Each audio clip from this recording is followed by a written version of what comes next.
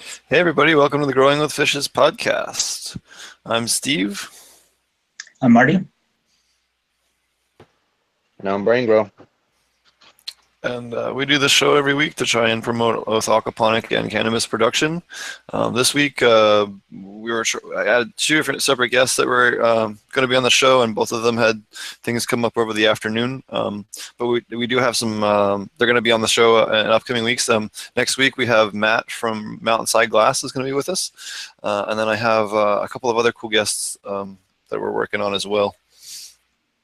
In the mix that just weren't able to make it tonight. So so we're going to talk about a couple of different things. We'll go over how to get started. Maybe if you joined us, midway through the series, maybe you haven't started. Hey, Johnny D. Thanks for joining us. And we also figured maybe this time, any of the viewers, if you guys have any grow questions or questions about aquaponic cannabis, please ask them in chat, and we will be happy to answer. So please fire away your questions. Anything you have about growing aquaponic cannabis, and we're going to talk a little bit about getting started. But fire your questions off, and we'll make this more of like a Q&A episode. So thanks everyone for joining us. Marty, why don't you tell us what you're up to this week? Or been up to this last week or so? Oh, well, make sure I'm not muted here. Yeah, so for me, I'm still, like I've talked about a couple of times, it's just working on getting my house ready to be sold. Hopefully found another spot, and the owners are on vacation this week, which gives me kind of another week to get that sorted out, and hopefully we'll have that spot locked up, and I'll be able to reopen at least my medical grow. Couple of patients back on track, be able to grow outdoor, set up some outdoor aquaponic systems again, which would be kind of cool. And the couple that owns it now are really friendly, so it was really cool to get to hang out with them for a little while.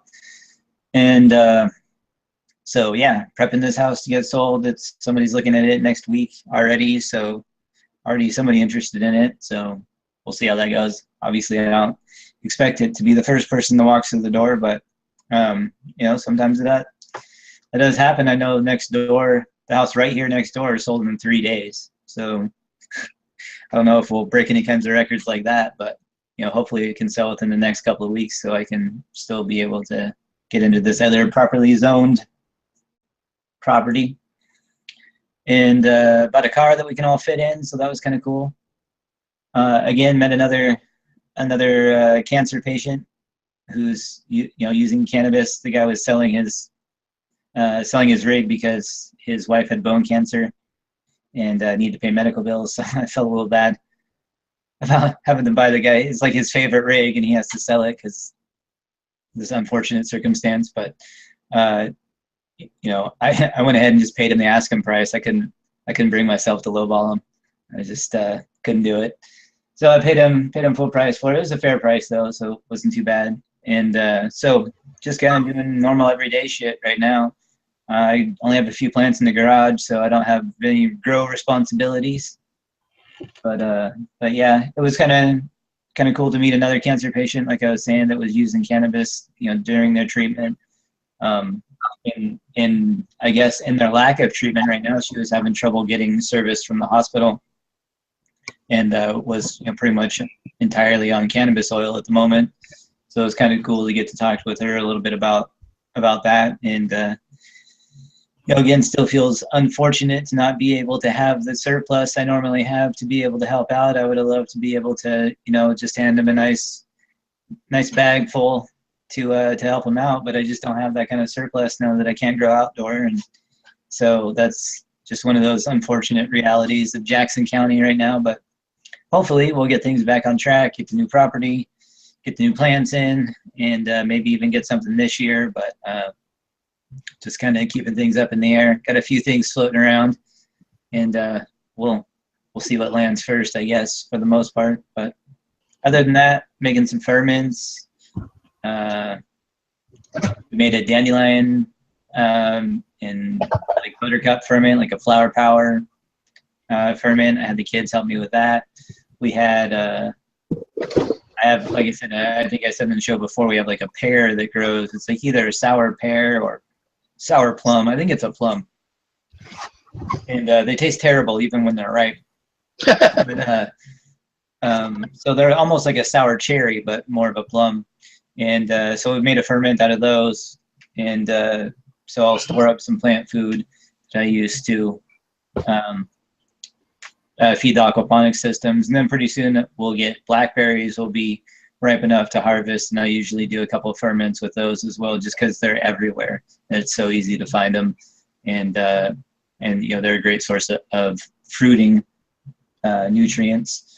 I usually take my dad's four-wheeler. It's got a bucket on the front, so I just put it up at an angle like that and just drive right into the blackberries and just have whatever falls into the bucket and come back out with a whole bucket full, and then ferment those out in 5-gallon buckets. So here in about maybe about 3 weeks or so will be time to start doing that. They're just starting to get a few black ones.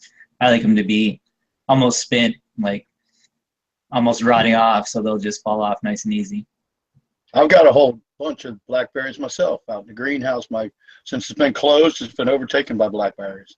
So it's not a total loss. Those things are just gathering plant food for you, hanging it out there. Yeah.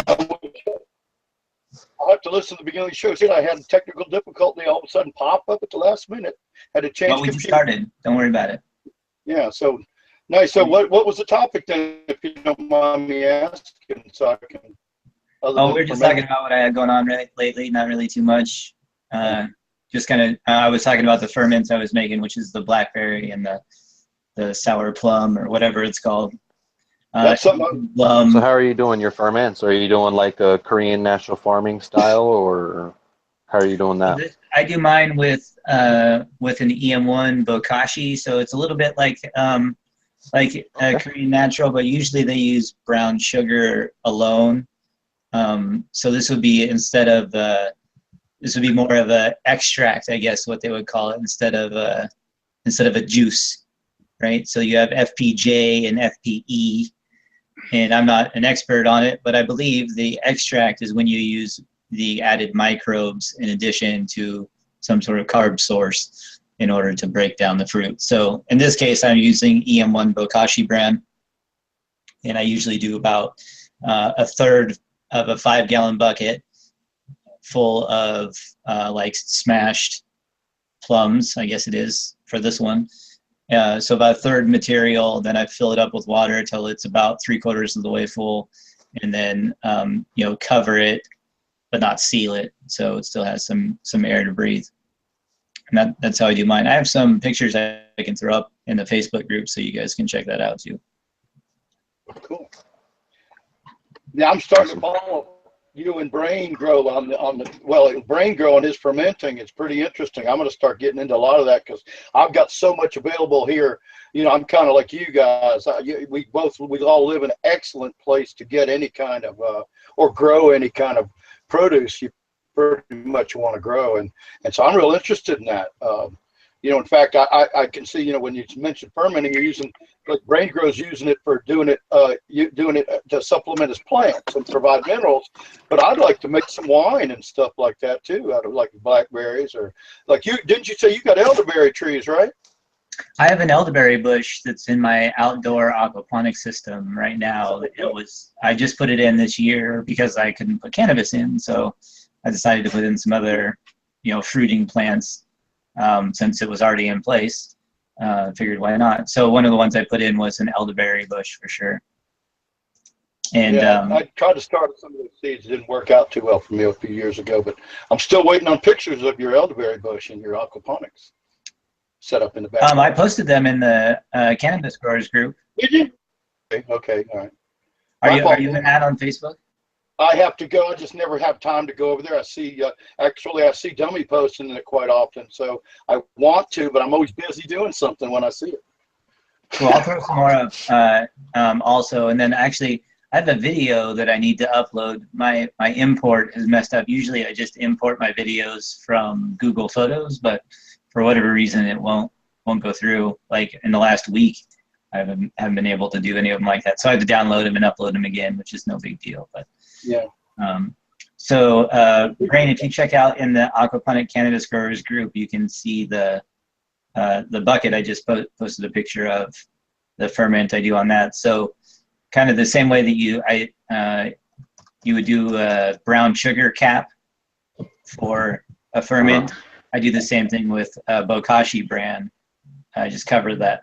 At first, I mix it in, and then I cover the whole top with Bokashi brand, and then I usually let it sit for usually about a week, maybe a week and a half or so. It kind of depends on how it develops. This one's been sitting for about 48 hours, I guess now. So if anybody's looking, you can go to Facebook, Aquaponic Cannabis Growers Group, and check that out. Hey, it's Ganja Guy. So how long do you usually let that ferment? I usually let that go about a week and a half, maybe 2 weeks. I usually go on the pH. I like to see the pH drop down to, under 4, or at least right around 4. Have any of you guys used moringa at all in any of your ferments? I haven't, no. Yeah, I've had I've never used it before. I've had some pretty cool results with doing powdered moringa leaf, and with that provides quite a wide range of minerals and proteins. That's what I was going to ask. So with the wide range, it'd be more than just something to casually list off. But that's what I was going to ask. So you answered that question. I was going to ask Marty too. What's the beneficial minerals out of the blackberries? Well, out of pretty much any fruit, you're going to get a relatively large amount of potassium, and usually at least some phosphorus, and that's usually what we're after in aquaponics. So that's the reason why I primarily go after fruit for my ferments, and then blackberries are just so abundant that you can go out and get them for free, and it's easy. It's kind of like horsetail fern. Yeah, you can get them for free. You can it grows everywhere. You can't stop them. For those of you that don't know, that are new to aquaponics, since I'm a newbie aquaponics on this panel, I'd like to remind you that the reason Marty mentioned that it's high, high in phosphorus and potassium, and that's really what they're looking for, is because the fish provide the nitrogen and most of the iron and all that they need. And so then you're searching to add the balance it with potassium and phosphorus from other ways. And these gentlemen like to do ferments, which I find intriguing, and it seems like it'd be a real gentle, natural way to really add it and have the plants love it too.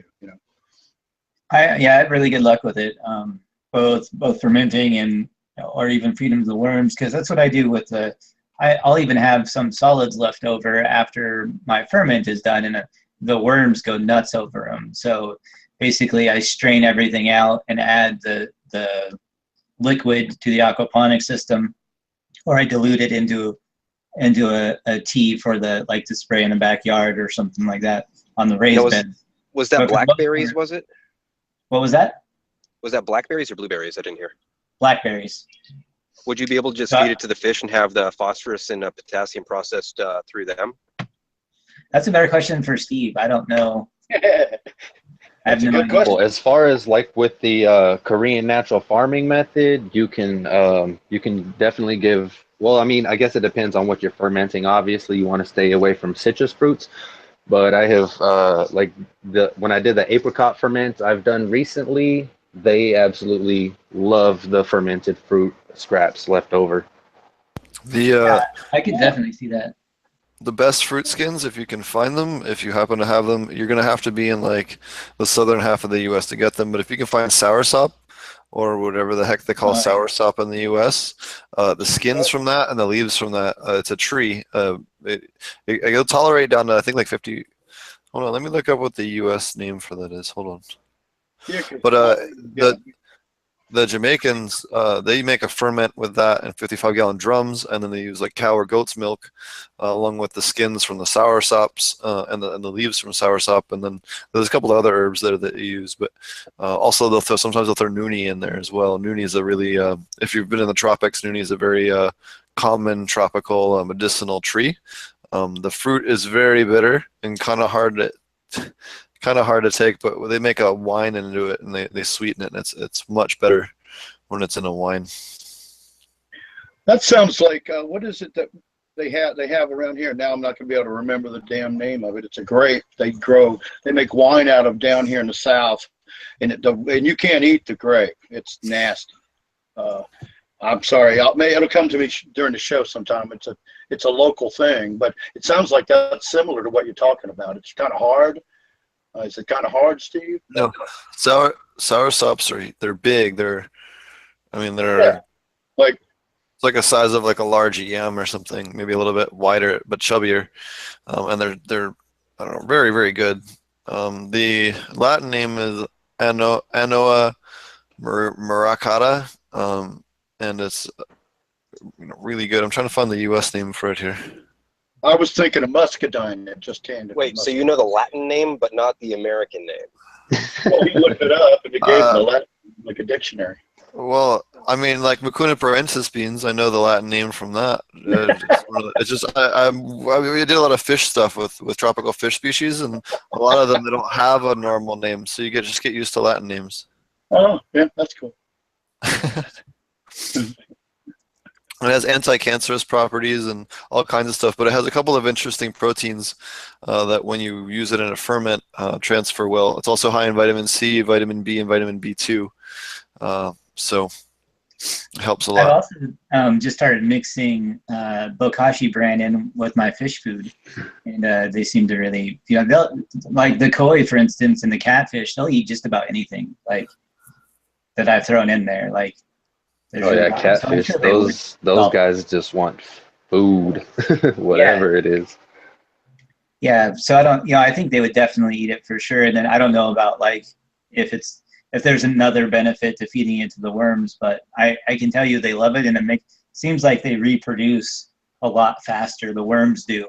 When I feed them the fermented solids, they'll just be like within a couple of days, it'll just have like an exploded population of tiny red worms. So it's always been a good way to boost the worm bin, and then all the liquid goes into the aquaponic systems. Yeah. And putting your raw fish waste into your worm bins is really good as well. I know they do that at Ouroboros, where they take the fish waste, then it goes into vermicompost, and then they break it down into, extremely good worm casings, because it's like, it's worm casings made from fish casings, basically. So. Right. So that's where like all of my solids out of my filter just get slopped on top of my worm bin, and. Yep. Oh. Yeah. Mm-hmm. Using all of it. Yeah, I think there's no reason not to. It's kind of the same thing as Ouroboros is doing, right? I mean, they pretty much empty their sludge out and kind of kick it out, right? The thick stuff they take and they put it in that, and then the second batch they take and put it into the brewers. Right, they have like a mineralizing tanks or something. Yep, and I actually have a video on it if you're curious on it on my YouTube over at Ponics, in the how-to section, I think it is. Yeah, I think it's in the Ouroboros section. I'm gonna watch Yep. that. So. Yeah, it's pretty cool. You should check it out. Yeah, I've actually started doing that with mine as well, taking it out and just throwing an air stone in a bucket and adding some of my Korean natural farming ingredients to it and letting that ferment for 24 to 36 hours, and then just add it straight to strain it out, of course, and then add it straight into the system. Right.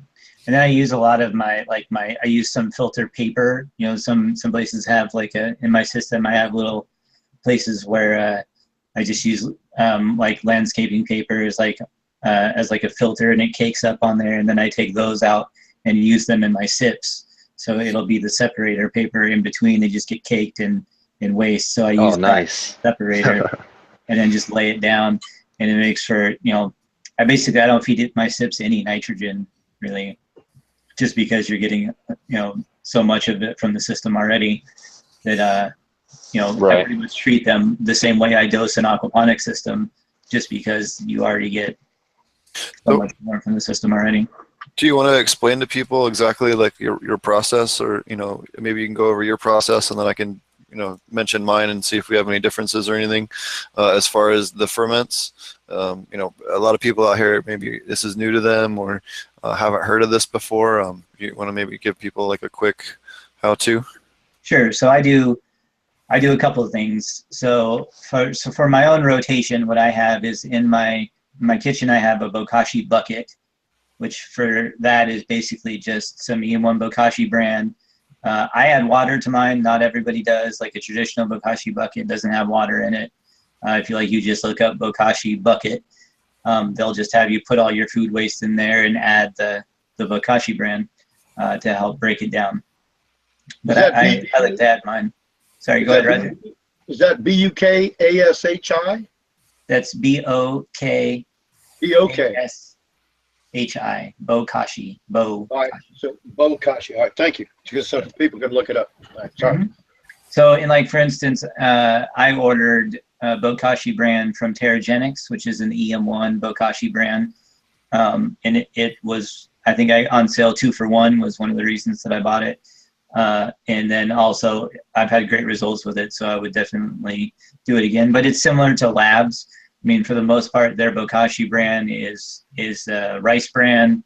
It's been inoculated with Labs, basically. And it's also got some brown sugar, or maybe it's molasses powder. I can't remember, something like that. So basically you hydrate it and it's just like making activated Labs. So it's really cool. So it's EM1 Bokashi brand. That's on Terragenics website. You can check that out. But basically any Bokashi brand, you can make it yourself. There's lots of different ways that you can do it. But that's where I start, is putting in. And I only do, for myself, I only do fruit and vegetable waste. So I don't do any meat. I don't do any manure of any kind. So I don't, like, we have some duck manure out back that, I'm not throwing any of that stuff in there or anything like that. It's basically just fruit and vegetables in the Bokashi brand, and usually about 3/4 of the way full of water. So it's basically like a really sloppy kitchen ferment, I guess. And I leave it in there until it builds up, and then I take that out to the worm bin, and it gets washed essentially into the worm bin, and they eat it there. So that's kind of like my main, I guess, sort of processing for like composting stuff. For fermenting, if I have things like the flower power ferment that I do, or the pears that we talked about, or the blackberries, I mentioned a little bit before, there's 2 different kinds. And this is roughly speaking. You have an FPJ, which is fermented plant juice, and you have an FPE, which is fermented plant extract.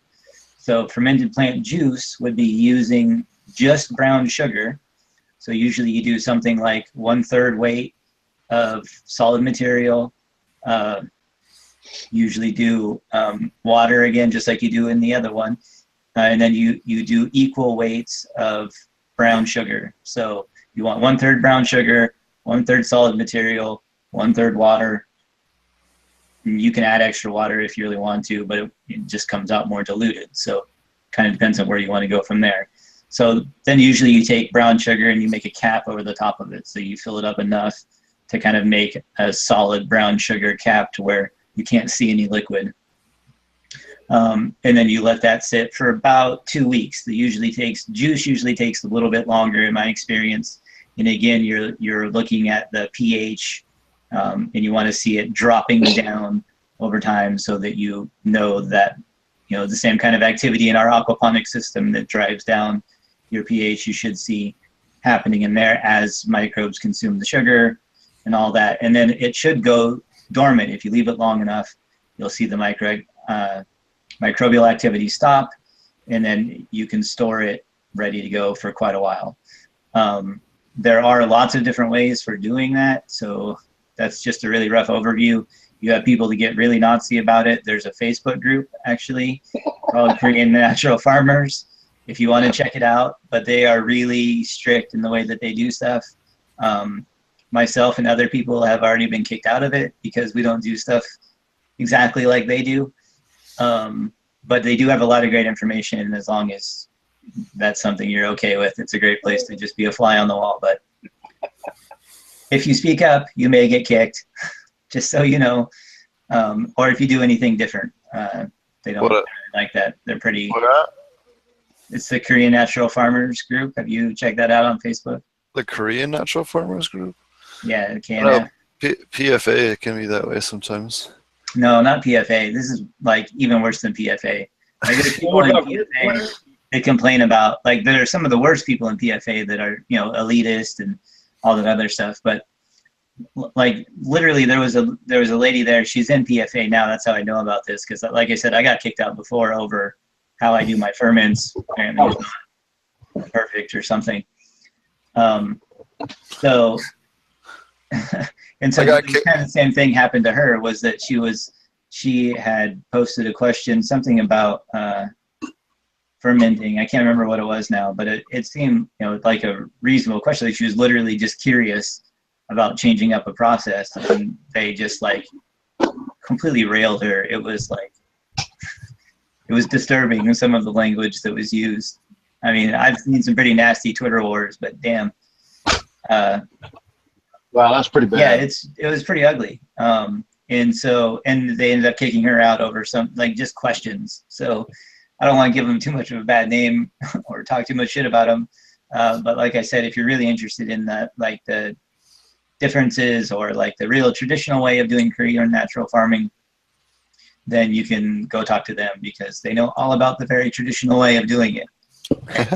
It's sacred. Well, what does BrayneGro think of all this? Because that's what he does. So do you have something to say about all that? I was just curious. Well, I mean, as far as the Korean natural farming and the way I do my extracts, I've never added water to any of them. You just basically, you add like 1 part brown sugar to 2 parts plant material or fruits or whatever you're doing your extract with, is how I've usually done mine. But I mean, there's a lot of different types of things you can make with Korean natural farming. Okay. Style, I was kind of like you personally can waiting do for like Brayne there's to jump in and say that he was a moderator on that forum and just go off on Marty. Yeah, damn it! You son of a bitch! No, well, I mean, really, the only thing is there for me to talk about is that I just do my ferments slightly different. You know, I've actually, the way I've done mine is the Korean natural farming method. You know, you usually go like 2 parts, like I said, 2 parts of whatever you're going to ferment to 1 part of brown sugar, and just let it go for about 7 days, depending on where you're at. You know, depending on what the temperature is normally like. The warmer it is, the faster it'll ferment. And like Marty said, you can see the microbial activity slow down. You'll stop seeing like bubbles rising to the surface and stuff like that. You know, but I mean, there's other stuff you can do. You know, there's like the calcium phosphate. That's one of my favorite things to do. You just take some eggshells, roast them up, and then let that sit. And by volume, you go like 1 part eggshells to 3 parts vinegar.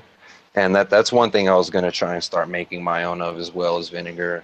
Just talking about fermenting in general, you know, because you often have the fruit scraps that you have a variety of things that you can actually choose to do with them, you know. And one thing that I've been interested in doing, and I haven't actually done it yet, but I've been wanting to try and make my own vinegar. That way I can do like Sure. like whatever I've fermented, you know, I can use that vinegar to do my calcium phosphate extracts, you know, so it'll have a little bit of extra benefit, you know. I think whatever's recommended to do it is whatever kind of vinegar you can find that's been naturally made. You know, you don't want to use distilled vinegar for something like that. So Larry asks, do these ferments chelate or break the nutrients down into a usable form? So that's a cool question. Yes. It entirely depends on what you're doing. Now, when you're talking about really pure lactobacillus ferments, for example, so well, let this, I guess. I get to that one. So we talked about juice, and Yeah. I guess extract would be the next thing. And I guess Calphos and KNF might be considered an extract. I'm not, because I mean, you are kind of doing it. But anyway, so I guess the point is, when you use something like the EM1 Bokashi brand or an added microbial, it's usually considered an extract. At least is kind of the basic way that I explain it to people, is when instead of using brown sugar, you're adding some other type of microbe that's going to break it down even faster. Is that a good rough way of explaining it? Because there's really, you know, again, so many different ways that Can you people do it and clarify? define it. I think the best way to Well, sure, yeah, so as far as like doing a extract, the way that you kind of described it with using a bokashi brand, like one thing that you can kind of do, which is why I like Korean natural farming, is you can kind of customize whatever microbes you're trying to use or capture or whatever. You know, lactobacillus is mostly used in all of it. You know, you're using the natural microorganisms that naturally occur on the surface of whatever you're trying to ferment. So obviously you don't want to be trying to use something like fruit that you go get from your just regular old grocery store. At the very least, you want to make sure that you're getting it organic. And in best case scenario, you want to use fresh fruit right off the tree, you know, with something that you can verify has had no pesticides or anything like that sprayed on it.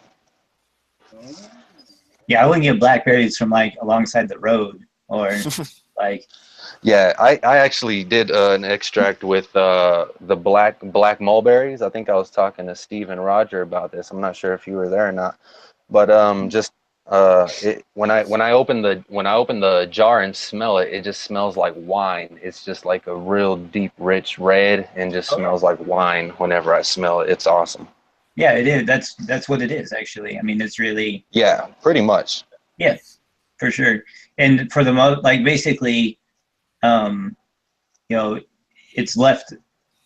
Normally, when you feed it to your plants before it gets to that sort of sweet point, unless you've added a bunch of sugar to it, I guess that might be the case. But if you're really fermenting it out a long time till it gets a high alcohol on content, then that's not going to be so great for plants, right? But as long as you're in that, when you're just talking about making plant food, as long as you feed it before it gets to that alcohol state, then that's when it's at its most beneficial, is kind of the way that I've been explained to it. Because actually my uncle made blackberry wine a long time ago. Like he's made it for years and years and years, made blackberry wine. And so I actually kind of hit him up when I started doing some fermenting stuff, because he'd done it for human consumption as opposed to plant consumption. So it's kind of a resource to do that. But you are essentially making wine, and you can even, do it with the probiotic aspect of it as well, and still have it be safe for human consumption. It's sort of like a wine crossed with kombucha. Yeah, and just like you mentioned, you can add sugar to the finished product at a 1-to-1 ratio, and that'll stabilize your extract that you just made, and basically it'll stop fermenting or going further past the stage you want it to be at. Right, and that will decrease your microbial life. So that's another way you can kind of control what you're doing in your grow too, is if you want the boost of microbes, you want to feed it as opposed to adding the brown sugar to it for storage. So it's a nice way to be able to store stuff for a long time too, or kind of decide what you want to do with it. Obviously, you can't store something that has a lot of microbial life, because if you try to seal it up in any way, it's going to build up pressure and want to explode, and so on and so forth, or turn to alcohol, kind of like what we talked about, which is great if you want to drink it, but not so great if you want to feed it to plants. So can I ask something real quick? Roger, no. Brain, when you said adding sugar, that was to slow it down, to keep it from turning into alcohol. Isn't that what that was for? So it's a way of shelf stabilizing. Yeah, well, I mean, I'm talking about shelf stabilization. You're still gonna have a nice diverse microbial population, but I mean, I guess in talking about sugar, I mean, I guess I could have been more specific. I'm talking about molasses. You add molasses at 1-to-1 by volume, and it just stabilizes it. Yeah, I wanted it, because you said you didn't want it to go to once it got to the alcohol, like a mash. Like if you were making moonshine, you do the same thing and you let it turn into a mash, and you can drink it and get drunk. So that means that alcohol content at that point. So when Marty said you don't want it to go that far, and then you mentioned the sugar, I was seeing that as kind of a stopgap kind of situation, where you could extend the time you could store it without it getting to alcohol. Well, the other thing you can do too is store it in the refrigerator. If you store it in the refrigerator, it'll last a little longer. But like he was saying, the best way to do it to stabilize it long term is to cut it about 50-50 or 60-40 50%, you know, sugar to labs, or a, you know, 60% labs to 40%, you know, molasses or sugar, brown sugar, just to stabilize it. For all the newbies out here in the world, what does he mean every time you guys keep mentioning the labs? Some people out here have no idea what labs means. Yeah, so I wanted to Yeah, explain that before I fully answered that question. Do you want to go on to it, Brian, or do you want me to? Go ahead. They man, grind go up ahead. Labrador Retriever puppies and feed them to the fish. Yep. Basically, we go down to our local animal shelter. It's We pure pick red out Dalmatians all- only. What are you guys talking about? Go pure and yeah. go home. That's why yours comes out a little whiter, right? Because you got all the Dalmatians. That's right. Got that black and white to help. Again, Keep it remember, color. all PETA complaints go to Steve. So we get the liquid lab rats, and no. So no, labs is okay. So I guess here's a really good intro guide to doing labs. So go to your local Home Depot, buy a 5-gallon bucket with a lid, and then you're going to take that and you're going to get some rice wash. So you're going to get rice. Once you have your bucket, take it home, clean it out, make sure it's clean. Then you're going to get some rice you're going to make for yourself, or you're just going to buy it for the sake of making this, whatever you're going to do. Try to cook it for somebody or give it away to somebody that needs food if you're going to do that. Or feed birds, whatever. Wash your rice, and you're going to end up with this rice wash, which is super starchy. And that is a really, really good source for the lactobacillus to feed on. You can leave it open air in a bowl for a couple hours. It'll collect, hopefully it'll collect a couple of the microbes to get your lab culture started. Never really seems to be a problem. I've done this Jamaica, Colorado, California, Pennsylvania, Oregon, all over it. It's just naturally occurring. So after you've left it out for a couple hours, take that, put it in your bucket.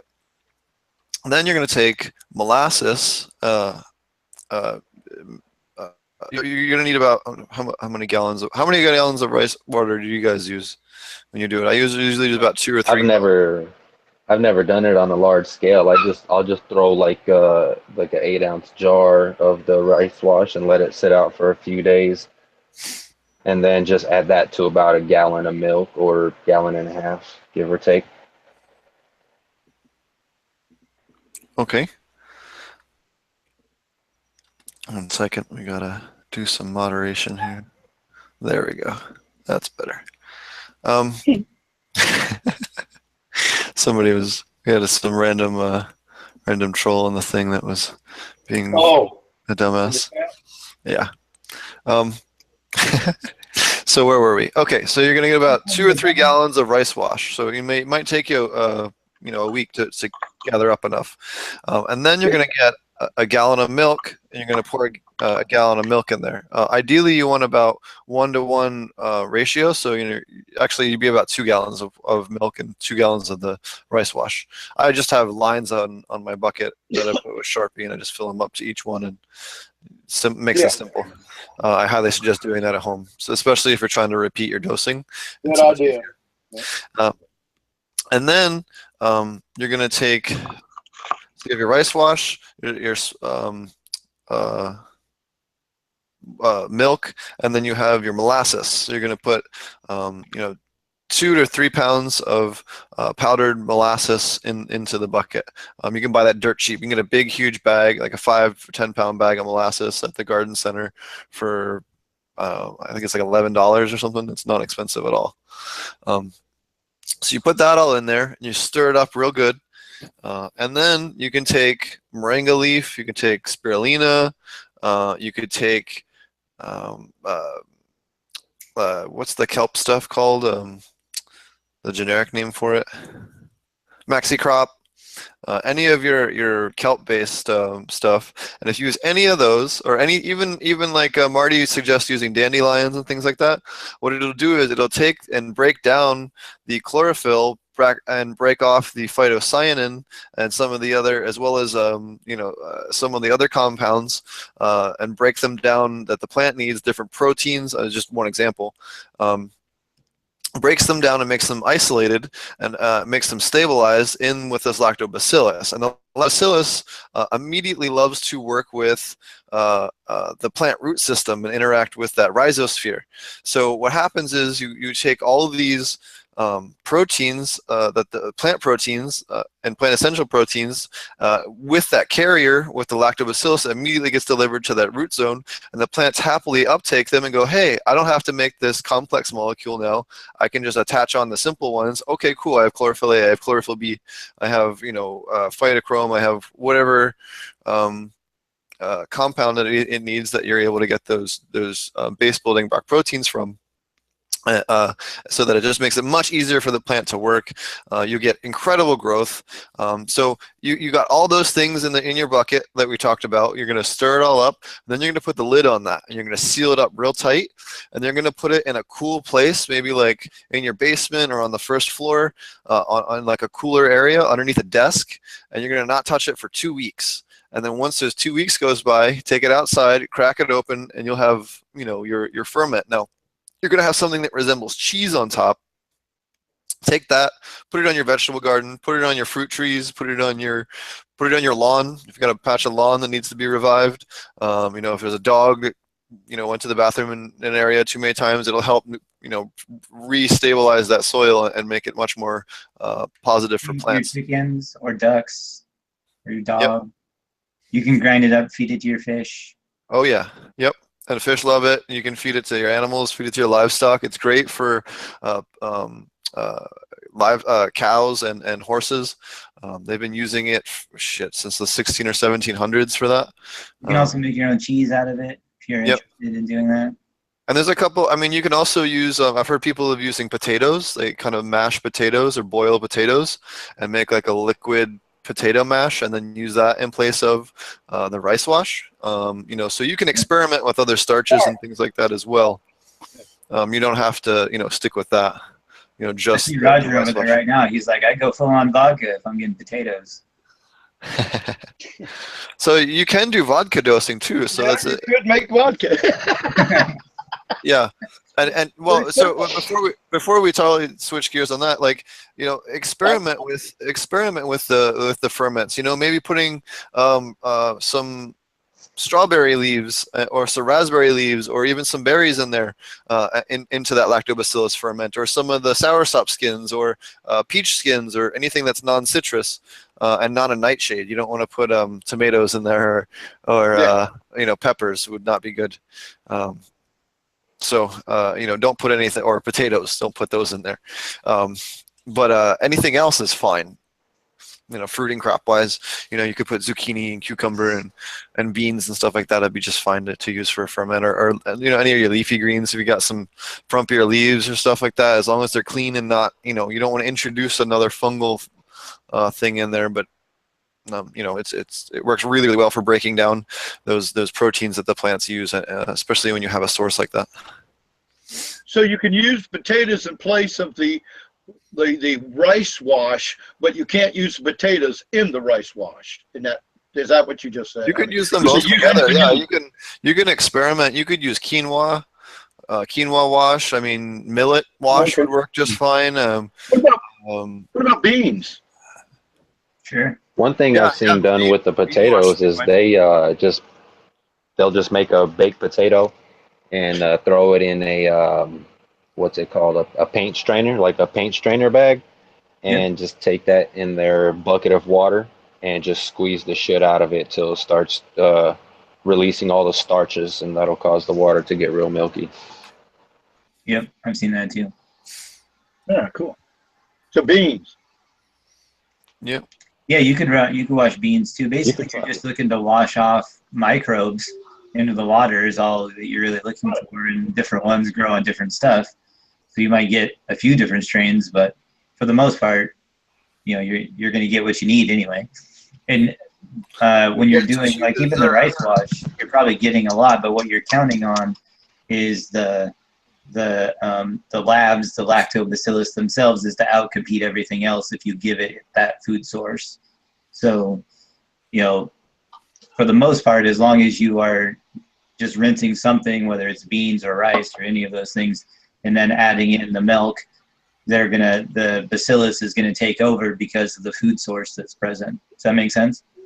Yes, yes. And now, yeah, actually, the answer to my original question was labs is lactobacillus. It's short for lactobacillus. And this is how you create this is how you create your fermenting in doing it. Okay. Yeah. Awesome. See, that's why I wanted to ask those questions, because a lot of us have not used this, because unless you're been into aquaponics or some kind of other organic growing in a very, I would say, a higher level than most people talk. When they talk organic growing, they're not doing this. You know, they have no clue.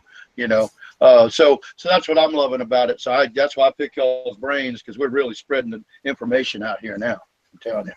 Yeah, You know? and just to break it down a little more simply, like, I don't think you quite need the volumes that Steve was talking about. Like, I know with the lactobacillus, you'll find like countless videos out there that just say all you need is like 1 to 10 on rice wash to your milk, and then just ferment that. And like he explained, you know, you'll have that cheese layer forming after, you know, after about a week. Really is all it's ever taken me, like 5 days, to be honest, and everything will be real solidified on top, and I can strain that out. And that's just like the bottom line, easiest way to do it. And you could also, if you strain off the top, and you take a turkey baster and you just take the pure liquid from the middle, you can store that in a mason's jar and keep it like a mother culture, the same way you would for vinegar or kombucha or something like that, and save it permanently so that you can reuse those microbes. And you can even add a little bit of recharge. I mean, you can add all different kinds of stuff. Like it's kind of like an open door, and you can go now experiment with all these, figure out what works for you. Do use a little bit of your own research, check out some of the other stuff that people are doing, and feel free to use all different kinds of stuff. Feather meal is another good one that tends to break down pretty well in the lactobacillus one. So there's a little rock phosphate works really well on it. A little dolomite sometimes works really well on it. Rock phosphate. Yep. So you can work with all different kinds of stuff to spice it up. Same thing with your compost teas, but particularly with the labs, you get all kinds of cool results when you start experimenting. Yeah, or langbronite is another one that I end up throwing in a lot. For when I have plants that need independent dosing.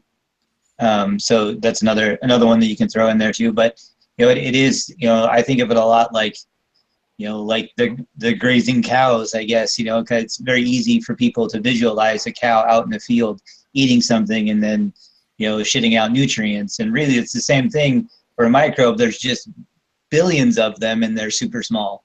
And so generally I can, people can kind of make that correlation. And so we're going to take a bunch of them, breed them in a bucket. And then that's what we do with the, especially like the fermented plant juice, is that we want it to stabilize with readily available nutrients. So what's already been processed can be stabilized. And when we say stabilized, that means that we don't want the microbial life to continually expand and create pressure in its sealed environment. And so they've reached some sort of balance with their environment, I guess. And then you can dilute them store them for longer, or all those different things that we talked about. You can go to the brew store actually and get a 5-gallon bucket lid that has a nipple on top and a little glass fixture. You put water in there and it'll let gas out, but it won't allow air to get back in. Right, an airlock. Yeah. A little airlock. You can also use a little rubber glove. You can use a rubber glove and just poke a hole in the middle finger, and it'll just stay puffed up. And that's actually a really good indicator to see whenever your fermentation is done, because the glove will just go limp, and there's your indication that your fermentation is done. That's really cool. I hadn't heard of that. We always just start to, week and a half or 2 weeks, 10 days, usually 10 to 14 days. Yeah, you can do a balloon. Which, I mean, using the airlock method like you're talking about, I mean, it's the same thing. All you're looking for is bubbles. Once the bubbles stop going, then you're done, Right.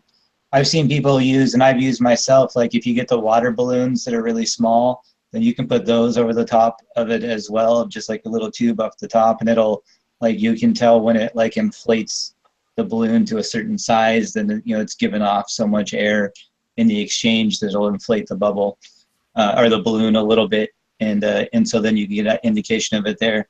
There's cheap airlocks that you can get, I think, on Amazon. I think I ordered mine for like $5 for 2 of them or something like that. Just don't you buy a cheap. Just don't buy a cheap glass airlock for your spaceship. Yeah, they're really easy, and they just pop through the top of those lids you was talking about. And I can think of a million ways to do that. Yeah. so the other thing that I do is I had an old pet food container, which is the lid on those is kind of like an airlock, in that the way it seals, for the most part, it has the pressure going out, and it seals off relatively well, so you don't get a lot of contaminants coming in. So I do a ferment inside of an old pet food container, and that works pretty good as well. So if you got one of those laying around, it'll still let it breathe, but for the most part, leave it uncontaminated, which is really what you want to do, is make sure that it's not getting other bacteria in from the outside, like mold spores or different things like that, that would also thrive on the food source and compete with the lactobacillus. And sometimes you can see that, like, if you do enough ferments, you'll probably eventually have one of them that doesn't go so well, or maybe you leave one sitting out or something like that. But you can see where different types of mold will start growing, whether it's colored. Like some stuff I would say is considered okay. Like some people consider green is not so bad, but for the most part, I like to stick with white. But if you start seeing like black or blue, dark colors, then that's an obvious just throw it out, start over kind of situation. So those are kind of maybe the things to watch for in your ferments as well. But I think for the most part, people will find that they're just relatively easy to do. You're just throwing shit in a bucket and waiting. And it's really not rocket science. It sounds way more intimidating than it actually is. Like, we could talk about it for 2 hours here.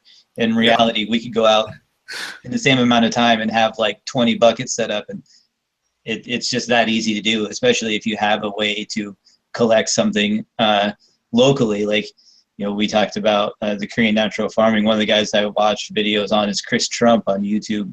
Collects banana flowers in Hawaii just because they're readily available. That's kind of the same thing. Yeah, he makes it real simple. Yeah, just little stuff like that. And I think he's great too, because he takes the banana flowers, which are already spent, and they're not really doing anything. Their purpose is going to be to fall back on the ground and create and add nutrients back into the soil. So he's really just taking advantage of that, and doesn't hurt the bananas at all. They're all flowered out and everything's done. So he's got a great video on making like commercial scale FPJ out of banana flowers, which is really cool. You guys should definitely check that out if you're interested in doing ferments. That's Chris Trump on YouTube. And it's a large scale grow in Hawaii where they grow a number of different things there. And he's really big into the Korean natural farming, and is relatively active on Facebook and some of the groups as well. And his overall just makes really good videos, in my opinion. Brayne, have you checked out his stuff? Yeah, definitely. I was actually fixing to mention the Oriental Herbal Nutrient video. Like, if you go and you research Korean natural farming in general, you'll see all of the different things that you can make out of all kinds of different shit. You know what I'm saying? And the good thing about it is you can kind of craft it to your own style or whatever you have available to you. But as far as the Oriental Herbal Nutrient, like, you'll find videos of everything else, but he has really the best video that explains the Oriental Herbal Nutrient. And you can even get creative with that depending on what's in your area or what you have available to you. And one thing that I was actually wanting to try was making like a cannabis-based Oriental Herbal Nutrient to add to the lineup, taking maybe like some dried up leaves and doing the fermentation that way, or maybe even fresh leaves, or maybe even buds, to get more creative and do a flowering-based fermented flower juice, I guess you would call it, kind of along the same lines as you would make a fermented fruit juice. I was wanting to get creative with that, and that's a good thing about Korean natural farming that I really love. Yeah, and I would definitely do that. And I compost a lot of my stuff too. Another great place that I think is a great place to put a bokashi bucket, or any sort of really like composting bucket, is in your grow when you pull off leaves and stuff like that. To pull it off, whether you're just thinning out and you could be defoliating if you want to, or even if you just have lowers that you're cutting off, doing some lollipopping. If you're not going to clone it, for me, it just goes right in that bucket, and it going right back to some worms. Yeah, exactly. I do that too. Yeah, and so that's a great place to keep something like that. And the OHN idea, I think, is pretty cool. I don't know about putting bud in, and I think maybe you might have a little too much weed on your hands if you're going to start fermenting it just to grow more weed. Yeah, exactly. Yeah, I was like, well, I definitely don't have a surplus like that to be able to just experiment with it yet. But I could start with the leaves, because the leaves really have a lot of the cannabinoid content as well. I've made coconut oil topicals just using the leaves, and they work for pain excellent. Like you wouldn't believe. And I can definitely see that the leaves would add some value to oriental herbal nutrient, because you can use dry and you can use fresh ingredients. So there's ways to mix it up as well. And I was thinking maybe dry leaves. I don't know. When I'll cross that bridge when I get there, I guess. But yeah, definitely. Post sift. Eve, calm down. Post sift. We'll make sure and sift it before we fermented it. I know how big you are. Right. What I was gonna say is, so if you're making bubble, because I've been making a ton of bubble with trim, after I run the bubble, I got a bunch of just wet trim. Yeah. Organic matter. Yeah. I've never thought of just putting that in there. That would be, I feed it to worms. Try that. Like, definitely trying that in the next 30 days. That's happening. I was under the understanding, now maybe this is when you just use it for compost. I was under the understanding that it was not a good idea to use cannabis organic matter for compost. Now you're talking about fermenting, so maybe that's different. But does anybody have an opinion on that? I was under the impression you did not want to use your leafy matter of cannabis to make compost to grow in. I'm of the opinion. The only reason I could see against that would be the added nitrogen value. That's the only thing I could see against doing that. No, I mean, they could potentially be a pathogen vector, but if you're using something like lactobacillus in order to help increase the speed of that breakdown, as well as compost tea, you're going to have so many beneficial microbes, you're not going to have to worry about that. Okay, I just wanted to clarify, because I know some other to get a little more in detail, like with the oriental herbal nutrients, you're going to do the fermentation depending on what it is. Like if you're using a fresh ingredient, you're going to start it off the same way that you would with a fermented plant juice or fermented fruit juice. And me personally, I always make sure to spray my plants with lactobacillus, because that keeps powdery mildew away. Like I've never had powdery mildew since I've started spraying with lactobacillus, so it has endless benefits as far as that goes.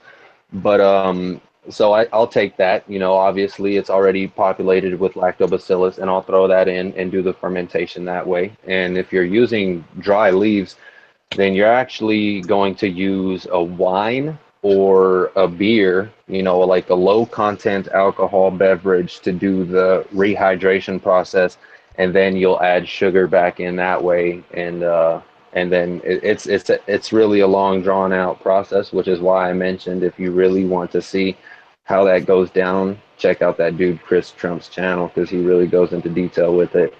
Yeah, that sounds awesome, because you're going to get to see all the different nutrients that you can produce from different, like, produce. Yeah, exactly. Produce from you can use stuff that you grow on your own.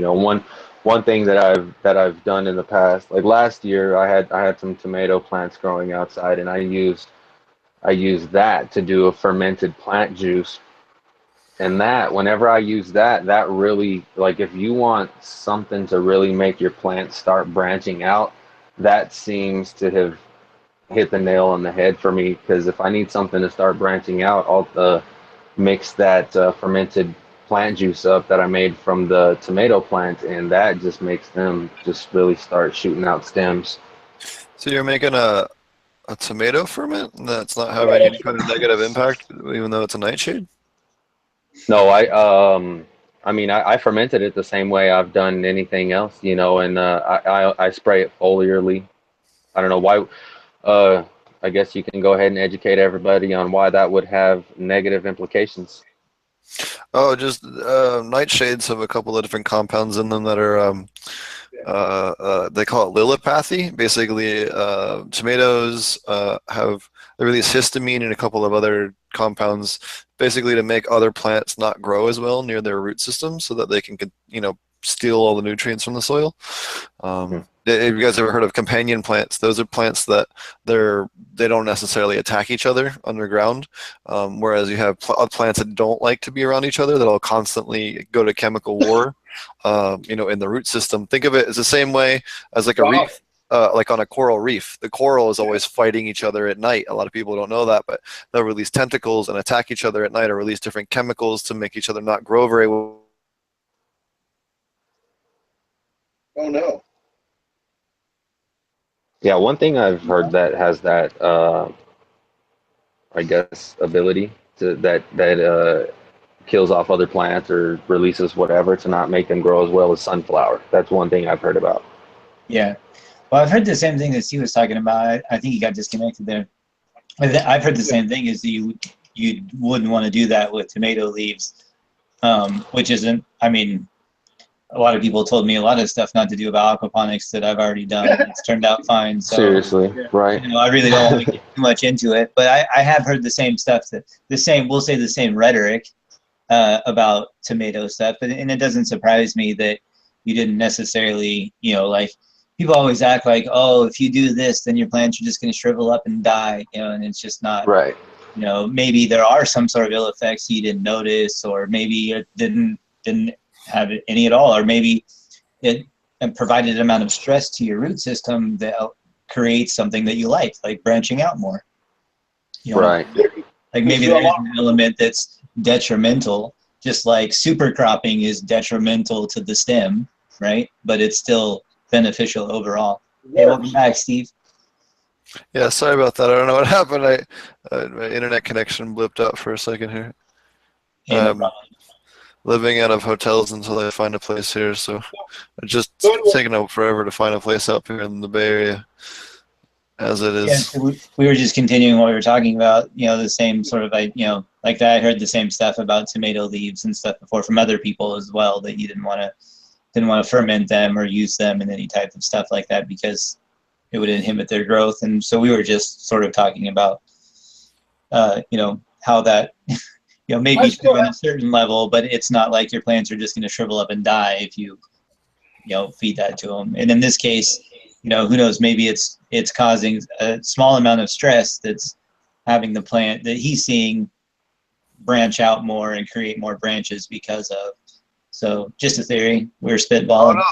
Yeah, I mean, hey, if it works in low dosing and there's no impact, then hey, maybe, again, this is how we all learn. I mean, I did a bunch of experimenting with lab stuff. I've done a bunch of experimenting with teas. Marty, you've done a ton of experimenting with teas as well, in a totally different direction than I have, I know. So it's always, this is how we learn new stuff. But I guess traditionally people have been told to avoid nightshades in labs or ferments. But it's interesting that you've had very different results. I think it's still a good idea to err on the side, though, until it's maybe a little more proven, because like Marty said, stress is something. I just wouldn't spray it in flour. I only use it for the veg because of the effects that it has. It really seems, like I said, I mean, what I've seen is that it really causes stuff to really start branching out. And obviously I don't want to prolong the flowering season, or really, I don't know, cause whatever side effects of extra high nitrogen might do, That's pretty much what I mostly use it for, is just veg, And if you are running super high nitrogen, make sure your molybdenum and your silica is high, because it'll help make it easier for those plants to process that and tolerate those higher nitrogen levels without having issues as much. especially if you're running, above 120 or 160 or something in a veg system, they'll just do better. Cool beans. So hopefully that answers the what do labs do? Are they a chelate or do they break down minerals? They help break down both some of the minerals and make them more bioavailable, as well as the proteins of whatever you're trying to ferment. In that process, end up chelating, right? I mean, that's, as it consumes, it breaks those bonds, I guess, is kind of the way I look at it. Right. So, But it also helps the microbial process. That's the whole point, right? Well, I mean, you're actually with the lactobacillus. That's the whole point. Is like you're supplementing the microbes. That way, you have a.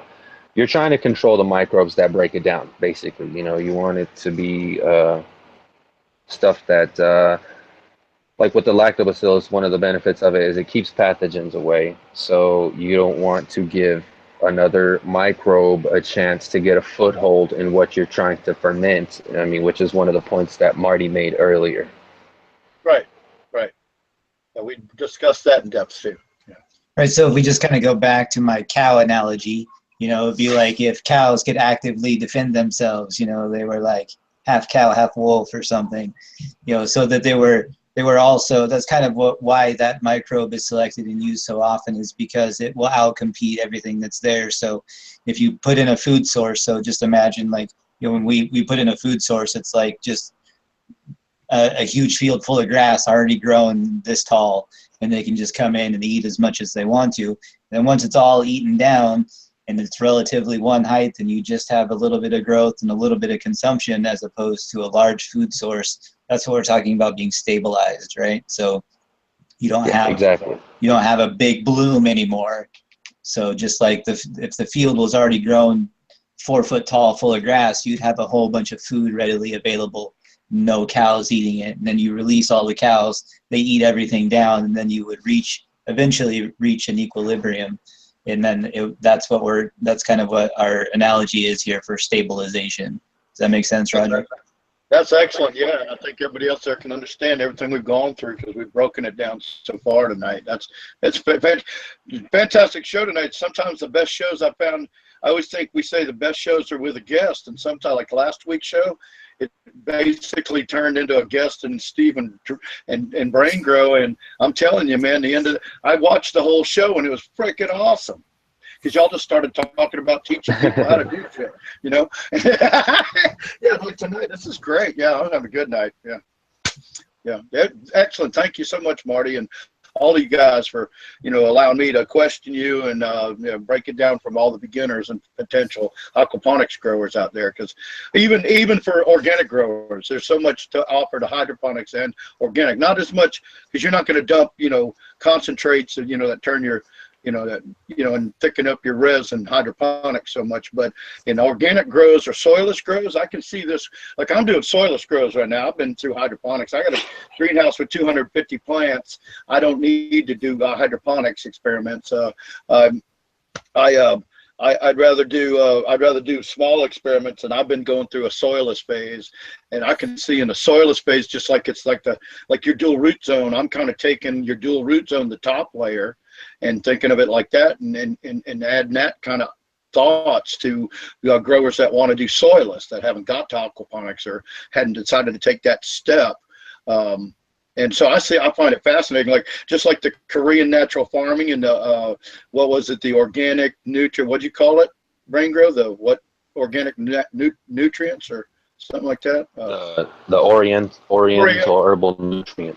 Oriental herbal nutrients. I could see that applied to soilless, and even soil for people. Oh yeah, absolutely. On the organic side, and that's what that's what I'm having a blast. And then I know that we've got some listeners, and we're developing a wider range of listeners, and with the help of with Brayne's been doing support and sharing some of this information about this Korean natural farming on ILGM. at the forum. So I'm really excited about it for that. And I think if we can get people to keep listening and understand this, just because you don't want to grow aquaponics doesn't mean it's not a good idea to listen to people talk about what it takes to make a stable microbial and beneficial environment for both fish and for plants, because it works both ways. So, thank you. Sure. Yeah. And I think, you know, maybe just one caveat on the OHN thing is that it's definitely not the easiest one to start with. Like, exactly. That's the most difficult one. yeah, it's like 3 or 4 stages depending on which method you use. And so just, you know, have your notes ready, or maybe even if you're just starting out, maybe do some labs first. And because it's a similar process, you know, kind of a similar idea, but just not quite as involved. There's a couple more steps in the OHN process, but yeah, it's awesome. And there's like you mentioned, the cow phos. You know, there's really ways in which growers produced all of the things you can buy off the shelf before you could buy them off the shelf. Like we've, you know, as humans have grown stuff for thousands and thousands of years. So obviously not everybody was grown with General Hydro 1,000 years ago. So, you know, there are ways to make this shit. And so it's really cool to see a lot of them coming back around and being used again. And so I hear a lot of the rhetoric when you get into, like when I talk with even growers that I know now that are still synthetic hydro growers, and I'm sure you probably get it on your forum a lot, that are just like, oh, well, you know, it's too much work to supplement aquaponic systems, or it's too much work to, you know, make your own food or go organic or all this other stuff. And it's just really, you know, like really not that difficult. Like once you start just trying to match up product to product, like it's not like you got to make 5 different things to replace CalMag. You know, you might have to make 1 or 2 different things to replace CalMag. You know, there's really only, you know, a limited amount of stuff you can do. And some of this stuff you can make it once a year and keep it in concentrate form and be able to store it up. So there's a lot of, I feel like, really unfair comparisons between, like, yeah, maybe it's difficult or it takes some, you know, oh, it takes 2 weeks to make your plant food. Well, yeah, it takes me 2 weeks to make plant food for 6 months. I mean, that's basically what it comes down to. And so that's kind of like, that's some of the frustration around where I feel like a lot of people just make excuses to continue spending money, because otherwise they have to admit to themselves that they've been spending a lot of money they didn't have to for a long time. And while I understand that, I just encourage all of them to start, you know, just pick something and make it, and understand that you can then make it and replace it and how long it will actually last, so that you can get a fair comparison. You know, don't be like, don't read over the thing on the internet and be like, oh, this takes 2 weeks, fuck that. Well, yeah, it takes 2 weeks, but understand when you're done with that process, you're set for a year. And if you make enough of it, and it's really not that much different to make 5 gallons versus 1 gallon. You just get a different bucket, a little more product. So, you know, I definitely feel like there's that missing piece of that debate that comes up all the time in forums, sometimes in our group, in the Aquaponic Cannabis Growers group. And it always baffles me that it's too much work for a hydro grower to supplement an aquaponic system, and yet they will pour everything into their hydro system. But I think that in answer to yeah, exactly. I was actually fixing to say technically it's less work because we have nitrogen covered. Right, we have nitrogen. Yeah. There's no need to do anything with that. And then also the water changes are just significantly less. You know, that's, you know, I'm just talking man hours in the garage. I'm a self-admitted lazy motherfucker, and that's like the reason I don't like pulling weeds. I don't even like my outdoor beds that much. They get mostly neglected because they can't have cannabis right now. I have strawberries and stuff in them, but there's weeds in them too, and I just let it grow over because I don't like pulling weeds. I'm lazy. And so I think personally aquaponics is a lot less work than hydro, and I've done both of them, and I've done outdoor, and I've done soil, and I've done all of it, and I still think aquaponics is by far the easiest in terms of maintenance, because for the most part you can feed the fish. Sometimes you can not even feed the fish. Like I've left my systems completely alone for up to 5 days and not really noticed any kind of difference whatsoever in the middle of flower. So I really feel like it's the most flexible growing environment. It allows you to kind of keep this continuous microbial culture going that you can feed different stuff to. a lot of the stuff you see in Exactly. probiotics. And Just to make another argument, you know, aquaponics is probably downright more fun to use than any other method if you can learn how to use it right, because you can incorporate all methods into what you're doing. You know, you can incorporate soil growing into what you're doing, and you're already incorporating hydroponic growing into what you're doing, plus you're adding fish, and like you mentioned, the microbial life that you have to sustain as well.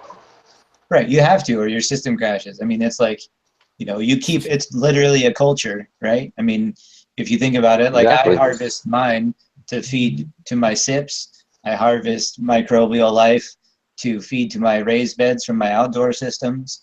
All of those things that I mix my tea into, I'm just taking a piece of that culture and that microbial life, whether I'm taking solids from the filter or just some water from the tank. Media from the beds, the filter paper we talked about in the sips, all of that is just extending the culture, in my opinion, to different parts and allowing those nitrifying bacteria to do the job that they would normally do in nature. So we talk about like biomimicry, right? We pretty much everywhere that you see an underground water source here is encountered some sort of fish waste with the combination of the nitrifying bacteria that breaks it down. It's a natural existing thing for pretty much every water table to be encountered by some sort of fish waste. It's just sort of the natural way of being. And not only that, I mean, there's a separate microbial web for phosphorus, and that's where something like Mammoth P comes in. There's a separate one for, you know, potassium. You know, there's a separate one for zinc, a separate one for iron, a separate one for everything. You know, there's a little, you know, chain of microbes that help get it to the plant. Or, you know, there's a fungi or a mycorrhizae. Actually, since we're on this topic, and since there is quite a few people releasing information and data on this, do you guys want to talk for a second on that Aquaponic Association's little paper that got put out about the microbial analysis of aquaponic systems versus a well-composted organic soil? We know you want to talk about I it. actually didn't get a chance to read that, Steve, but I will let you go ahead and take the floor on that. Oh yeah. So actually, why don't I just open it here real quick, and I can actually cite hard numbers. But basically, so they did this study. So okay, let me prefaces. The soil grower, organic growers. There's a small little cult of them that have formed, and they're trying to push out all soilless growing from being organically certifiable. Now, there is no scientific basis for this. There is no health safety issue basis for this, and there is no difference in you know, Brix level, nutrient value of the final crop. It's strictly just marketing bullshit and greed, where these guys are trying to carve out a little monopoly for themselves and screw over everyone else, you know, just for the sake of, you know, monopolizing the organic label. And that's the only thing it's about. So they went and funded a study to test the microbial biodiversity of aquaponic systems at different commercial farms around the United States against the microbial biodiversity of a bunch of different composted microbes from soil microbe farms. What they found was the aquaponic systems had more bacteria, more protozoa, more mycorrhizae, and everything else that was plant beneficial was found in more biodiversity and in greater quantities per square inch or per square meter than anything else. Boom. We got more microbes, bitch. Yeah, so their whole little rant Totally thought that was and everything just completely backfired. Yeah, well, you know, one thing you got to think about that too is with the soil they were actually testing against, were they trying to add microbes and stuff, or they just measured some? I mean, where'd the measurement come from? I mean, Their argument is that it should only come from well-composted soil is the only thing that should be organic, which is... Oh, okay, so you're saying they're on their own merit, they're arguing that. Yeah, I agree with you. Yeah, you can supplement purely organic soil too. Yes, I agree with that. Yeah. That's an excellent. I'm trying to find the exact article. Does anyone remember what? I'm trying to find it here. So these were the guys that were actually trying to prove a point. They got a point proven to them. Yep. Hey, Steve. I know we're going to be talking about this article in just a second here on the show, but I really do feel that with the population of no-till growers and soil growers that we have in the Dude Grows community, this is definitely something that you should ask Scotty and Brett if you could bring up on the show. Heck yeah, that would people in their place. Bring them over. I don't necessarily mean put them in their place, but definitely be like, look, like. No. We are better than everyone else. We need to establish that. Okay. the aquaponic master race. Aquaponic elite. End up like vital gardening solution. End up like the PC versus console thing with the. Oh my no, that's God, not a debate. Let's not go into that. With the PC master race and the console peasants. No, if you want to base that argument on logic real quickly to shut it down, PC is the best because PC gets all the fucking games. Yep. And to clarify, there's no. See, here's what it is, because console games, the only reason that they exist is to get the kids off of the PC so Dad can play the PC. That's because PC is the best. That's really all. Dad doesn't play the PC. Xbox. Dad uses the PC to go look at something and scream it. Go let Daddy needs to use what does the VR. chat think? No, I'm just kidding. Just deal with it. Gamers, huh? Bunch of gamers. Actually, huh? So I had a quick thing. So, Fish Ganja Guy, you were featured, I think, on DGC, or you were the. Oh yeah, they had me as executive producer again today. Okay, I didn't know if you were on there or not, or did anything. I didn't have a chance to listen to the episode yet. No, I listened to anything. It's just because I helped Scotty out with some stuff while he was on his vacation. Made sure that his vacation with his wife, which was long overdue, was actually a good romantic one. I scared him away from all the tourist traps up in the bay. Yeah, I did that too. Actually, let's talk about that a second. So, shout out to the DGC. They actually gave a big shout out to Ouroboros Farms, where I teach at. I'll actually be teaching a cannabis class out there next weekend, the in-person one, and then we're gonna set up hopefully for August for the for the next. Actually, I think they gave a shout out to Ouroboros Farms. Yeah. Hey, Ouroboros. you know, he tried, but he came out and he visited and got a nice tour of it. And you know, definitely go check out the DGC episode number 455. They talk, you know, Scotty talks about his visit to the farm and some of the stuff that's going on over there. So, yeah, I just wanted to give a shout out to them. Thanks for talking about aquaponics and helping promote the cause. Yeah, I got a question. We got live watching in chat tonight. Yeah, if anyone has any questions, feel free. We've been averaging about a dozen or more. Been hanging out for a while now. Girl Life's been hanging out. Nice. What is weren't we going to have a review of the Spectrum King versus Black Dog lights? I mean, isn't there somebody in the house that has some information to share with all? Do you want to touch on that at all yet? I got all the lab results back except for one because after I sent them off to the delivery guy, who couriers it down to San Diego, about 3 hours from me. I got home and noticed that one of the samples from the Black Dog side was still laying on the floor. So I have to get that either to the courier this week because he only does one run a month, or I'm just going to carrier pigeon it down to the lab because it needs to get done. But overall, I know who the winner is. It is definitely clear that when it comes to yield, Spectrum King definitely won it. But the study wasn't about that. It was about the potency differences from the spectrums because everything was the same except for the spectrum. It just had some panda film separating the room down the middle. So that was the only difference. It was same phenotypes that were in the study, come from the same mom, and So Oh, far, got I me have going. 2 samples that I've decided to use. One was Cross of the Titans, and the other was Crystal Cookies number 4. And I have the Cross of the Titans result back, and there is a 2% THC difference between them.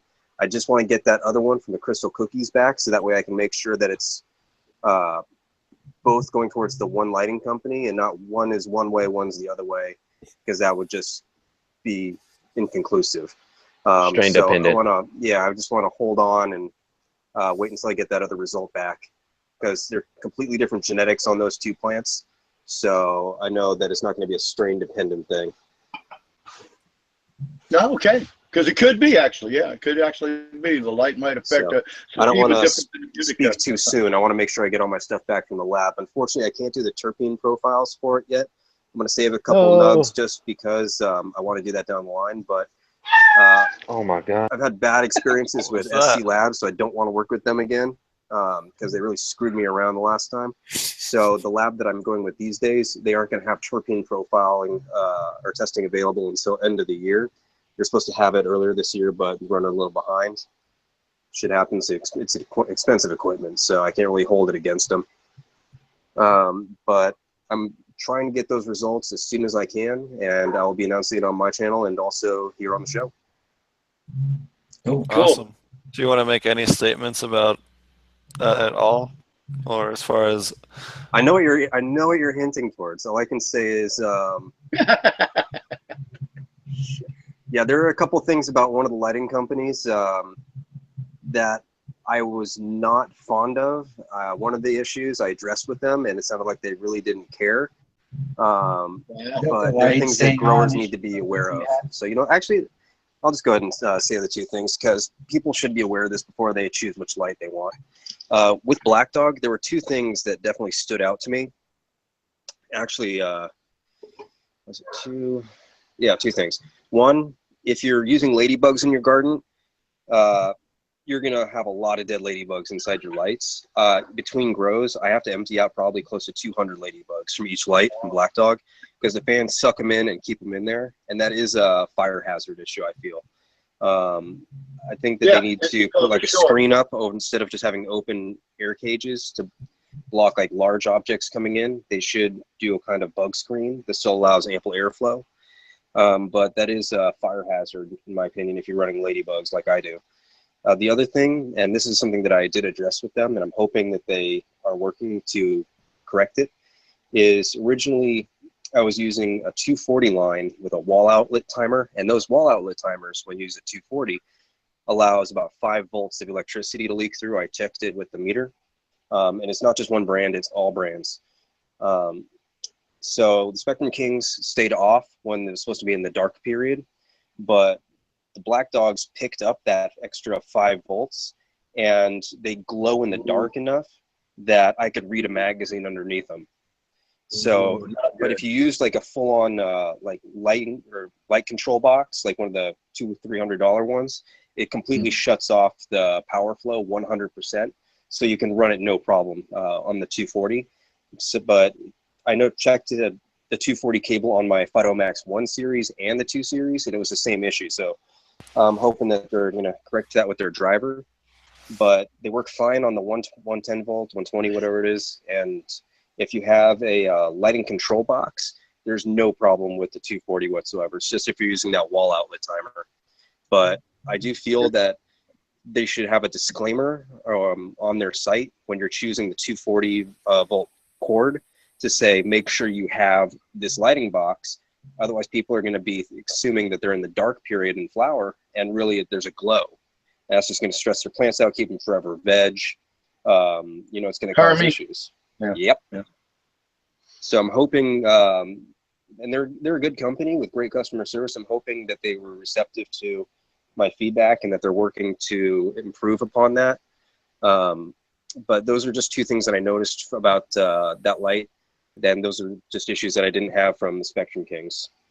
I remember you talking about that issue with the Black Dogs staying on, weeks ago, and doesn't take a long time to add a little annotation to your website. And last I checked, it still wasn't there. So Yes, you're right. It's a matter of the tech going in and open up a page on the server, in the folder on the file, and replacing the text. That's it. Adding a lot of text. And this is something that I brought up to them about 2.5, 3 months ago. So I'm hoping that they've managed to do something about adjusting the drivers since then. Right. But even still, while they were doing that, or they could have even tested it themselves, I still think, like you were saying, maybe a really good option to have would be to just make a note of it. When you see that's the cheapest. That's the cheapest fix right there. They don't even have to do anything to fix their tech. They just have to put that up and make it just leave it the way it is. It's just the driver. So a lot of drivers have a mechanism in it. I forgive my ignorance at the moment on the name of the part, but there's a mechanism where once it drops below a certain threshold, it kills all the power going through the driver. So specifically with LEDs, because you're running milliamps through them and they're super, super sensitive, even if you're running a quarter watt or half watt through them, it's still going to glow enough to, like he's saying, read underneath of it. Yeah, they told me that the reason that it was picking that up is because they have a more efficient driver than some other companies. But to me, I thought it would be more efficient if it was not picking up that little bit and staying off when it was supposed to. But right, you would think not consuming that power, because obviously if it's glowing, it's consuming that power. So you would think that's probably not terribly efficient to be consuming power when it's supposed to be off.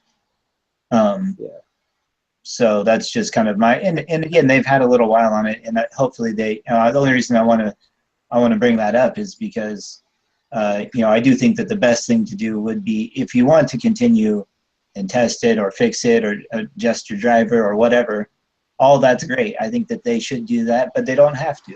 What they do, in my opinion, have to do, and they should do whether they fix it or not, is just put that little blurb up there that says, hey, you're going to use it, make sure you at least have this, or this is going to happen.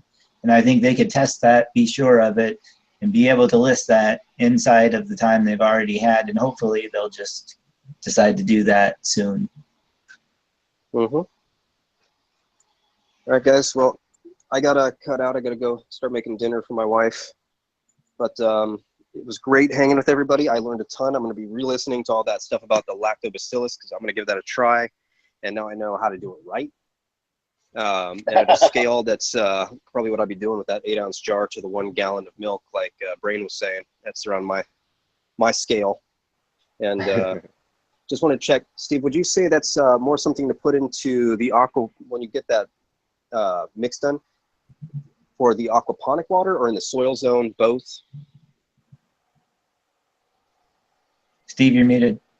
Oh, you can put it in both. In fact, Marty actually uses it as pH down. So. Oh, interesting. Okay. Yeah. So if you. Yeah, I was actually talking about how I use it. Like I throw it in a 1 gallon pump sprayer and saturate my grow beds with it, and you get amazing root growth with that. Wow, that's a great idea. Yeah, I do that too. I hit the whole media bed, and I hit the dual root zone. Like, especially if I have a plant that I feel like is having, showing particular issue. Like, I find myself mostly reactionary gardening as opposed to people that put in, actively dose stuff. So when I see an issue with a plant, that's usually when I hit the dual root zone more particularly. But for the most part, I just hit the whole bed. Or I do like to add liquids into the media bed. So I pretty much put everything in the bed, into different media beds as opposed to into the tank. That's just what I do. I don't know why. I just feel like I grow that way too, even though I'm not a big, hadn't done aquaponics, just starting out. But I'm the same way. I'm a reactionary grower. I don't like to mess with my plants unless they show me they need help. Or underproducing. Yeah, they look healthy and big. Right. Let them grow. All right, guys. I'll talk to you later. Have a great night, everybody. Thank you, Fish. Thank you, Fish. Bye. That was nice to have him around a while tonight. Good information. Yeah, he was abnormally quiet for Fish. Well, he was learning. He just said he learned stuff tonight. See, even Fish Ganja Guy learned stuff tonight. So look for all you new guys out there. Look, that guy's we lost one, we gained one. Now Dummy's here. All right. Dummy! Let's get an update from Dumme and what's going on with me. I Hey, had what's some up? amazing posted the other day. Yeah, tell him what I've won. I can't stay on. I want to, but I can't stay on tonight. But I did want to give away. I got a Rosnier toolkit. Compliments of myself and ILGM, and of course Rosnier. They sent me one to give away to whoever we choose tonight. So I wanted to make sure that that gets done. Awesome. Well, if you're, we got plenty of people watching live right now. If you're in chat watching live, say something in chat here, and we'll pick. I don't know. Tell us how your 710 was in chat, and we'll pick someone and send them the dab kit. How about that? So if you're in chat, Excellent know right now. suggestion. There's only 9 of you. That's pretty good odds. Yeah. So what have you been up to, Dummy? Not much. I got a lot of personal stuff going on right now that I didn't really want to bring up in the show here, but Sure. The garden's kind of suffered from it. Oh, yeah, that happens. So, Turns out that you do have to work at it every once in a while, right? yeah. Well, I hope your personal stuff gets sorted out soon. We appreciate you dropping in at least for a minute, man. You're always coming in to give us stuff. We love that. All right. Well, I've been meaning to jump on. I was going to come last week, but I had issues there too. So. Hey, Chicken Hole says to say hi. He's in chat. All right, we got a winner. Blue Coral. Looks like they were the first ones to respond. So Blue Coral, if you would email, actually here, why don't you give him your email so he can you can type it in for him, or how to find you. You know what? I'll get his contact info, and you and I already are talking. Blue Coral email potentponics@gmail.com, and I'll get back to you, and we'll get that toolkit to you. It's actually a really nice toolkit, by the way. It's I don't know if you guys have saw my video online there, but I did a small review at the end of the video anyway. It's really nice. I think it has like a $49 value on it too. So That's Awesome. Nice. That's nice. Was that the one that comes with Yeah, the I little? caught that video. I was actually Yeah, it was good. I I liked was it. actually already looking at that unit on Amazon, and then I've actually seen that Walmart supposedly has started selling the same units from the same company. yeah, I don't know if they have version 2 though. I definitely saw version 1 at Walmart. Like There you go. in, Okay, in, cool, in cool. a I store, love that, man. like physically in a store, Yeah, or on the at website? Walmart. Like all the Yep. There you I'm go. pretty sure it's affiliate Physically program. at a store? yeah. For real? Okay, can I? What is the Chicken legit reason they're selling that for? Like lavender oil or something? They say it's a rosin press. Yeah, it's labeled as a resin kit. Yeah. But they're coming right out. It's a resin press. Yeah. It doesn't say cannabis resin, but it might as well have a big fucking pot leaf on it. Just saying. Right. $199. Hydraulic. Yeah, or the whatever. price I've seen on that is better than anything else that I've seen, and I'm definitely looking into But here's getting my that question. unit. So my question after watching it, and I don't mean to like poo-poo your equipment if you have one. So what was it, 5 grams in, and then he got, what did it work out to be? About 17%, I think was my rough math on that. Yeah, 17, 18. It was because my scale sucks. So shit, I can't even remember now. I was high when I made that video, man. What's the PSI on that? Do you know? Honestly, I don't know offhand. I really don't know. I'd have to look it up. Okay. Yeah, I'm curious because it looked like it just wasn't as high as PSI as some other stuff that's out there. That was the No, only. it's not. Actually, I don't know how much I'm supposed to be talking about, but I know they're coming out with a more commercial version of it. here in a couple of months, so I'm really looking forward to seeing what they come out with. And I know that's, Oh, cool. I think it's rated a lot better. I'll put it that way. It'd be interesting to see another commercial rosin press. We're gonna actually, on that note, I've been in talks. Dax Tractor is gonna be. We tried to get him on the show a couple of times. He's gonna be on the show here. He's was trying to be on the show tonight, and then he was running. Got stuck in traffic coming back from Chalice, so he just wasn't able to join us because he's stuck in traffic. So. You know, we'll get him on. So thanks again for trying, buddy, and we'll get you on in an upcoming week. And we have Matt from Mountainside Glass next week, which will be super cool. That's cool. Well, I got a couple more minutes here. I'm gonna stay on. Maybe I'll chip into whatever. Yeah, do you want to talk about your grow? You posted a bunch of content about your grow recently. They look really awesome. You posted a video in the group. Looks really cool. You want to talk a little bit about that at all, or? Oh, that's not mine. That was a buddy of mine. That's Johnny Fives. Oh. Okay. Yeah, he had to come up with a pseudonym, so I guess together we came up with Johnny Five. It was really good. He's got an awesome grow. That's a deep water culture, recycling deep water culture, aquaponics. It's awesome. The only thing he was missing in the video is pictures of his fish, which he sent it to me after. I actually helped him make that little video there, so. Cool.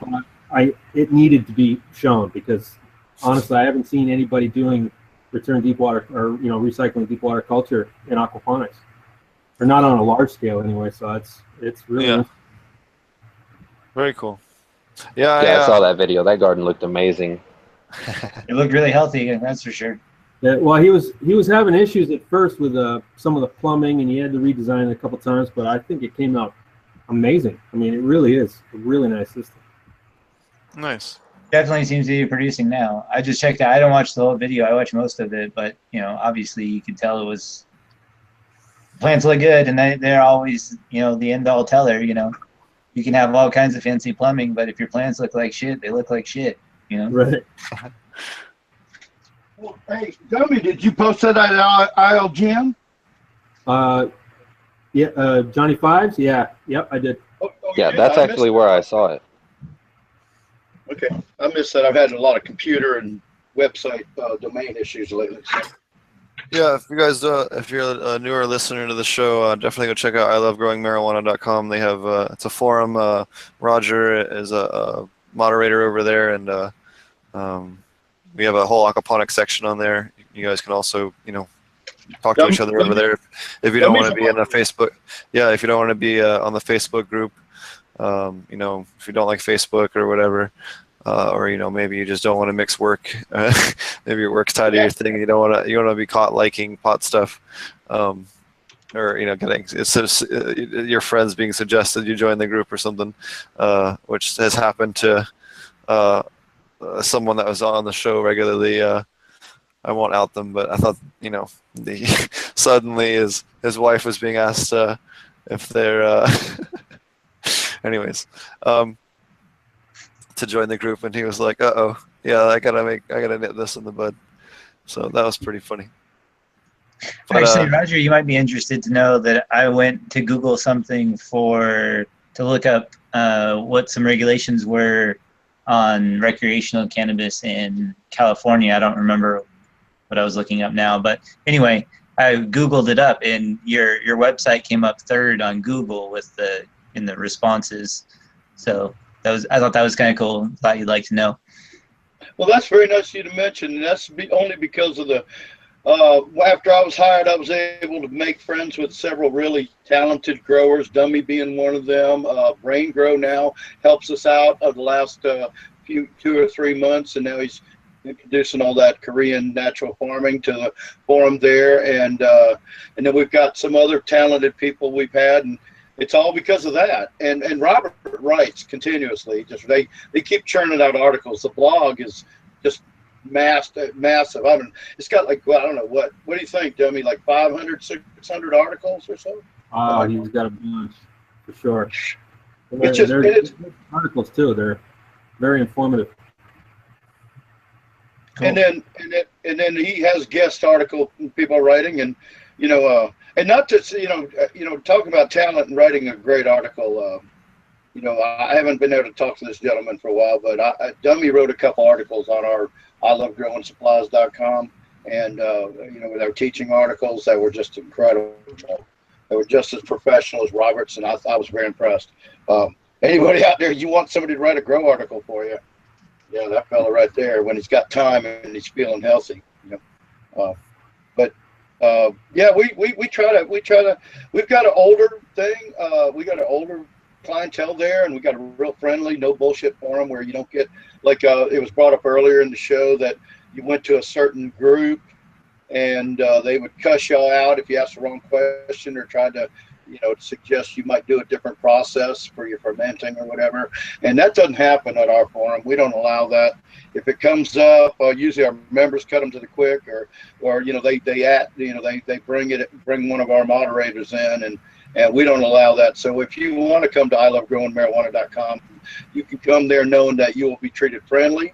There's a wealth of information. All these guys pretty much, not everybody, but we're good. We're working on them all. But we've got people on the panel here, and they've been very generous with their time when they can spend it. And we've got a ton of excellent growers and expert members that aren't moderators that are always willing to share. And it's an older forum. It's a mature forum. It's not stoner kids. It's actually, it's just, the core membership is 45 to 65. I think, which is phenomenal for a cannabis forum and all. So thank you, Marty, for bringing it up. It was really nice, and and there's a lot of emotion going on. Seeing my friend back online tonight. Cool.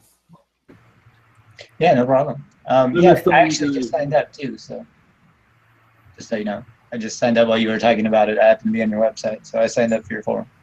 Let's share some of your stuff, man. You were talking. Oh, that's what the point I wanted to make. Thank you, Marty.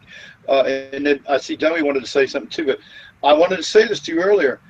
On our forum, this is maybe the one forum where you talk about when you try to.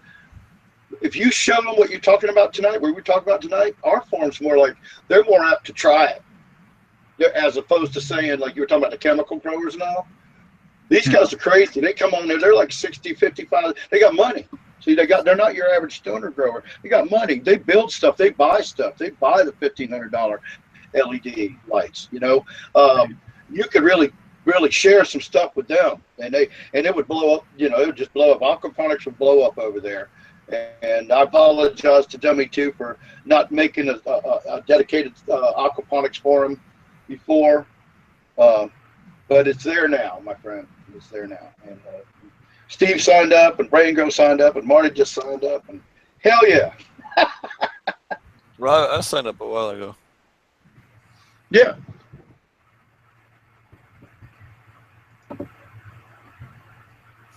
So what else is new with BrayneGro? What's new with you and your grow? Well, I've been working on some more mycology stuff. Started another few jars, and I'm using vermiculite and brown rice flour as my substrate this time. So hopefully that goes well. I'm on actually day 2 right now. And then besides that, I was sexing out one of my plants that I had in veg, and it was an early Durban strain. And today, it really showed me that it's fixing to start producing pollen sacs. So I'm fixing to cut that one down. That was one of the ones that I had just barely moved into flowering this week. So I'm fixing to cut that one down. You should save it because the Durban pollen would be good to have. Move it someplace well, long enough just to flower. I have 2 clones of it, and I was wanting to probably cross that with the CBD therapy. That way I can try to develop something that will have a nice diverse cannabinoid profile instead of like the CBD is just really heavy in CBD. You know that if you smoke it, I don't have a way to test it, but if you smoke it, there's like no high. You'll get like some relaxation effects, but there's absolutely no high with it, And then with the early Durban genetics, being as to how that has the Durban poison in it, I was wanting to probably go ahead and do that cross, because that actually has potential to bring out THCV as well. Yep. So maybe I can develop something that has a nice equal effect of THC, THCV with some CBD there, you know, and maybe even create different concentrations with. I was thinking I could do like 4 different variations where one of them is equal across the board, and then one where each of the different cannabinoids are dominant in that particular strain, which that's going to be a really long project to work on. So I'm going to get the seeds produced for now, and then I'll start working on the project once I have a way to do that, once I have more space and whatnot. But other than that, I think that's really all I have. You know, I'm looking forward to starting that breeding project. Awesome.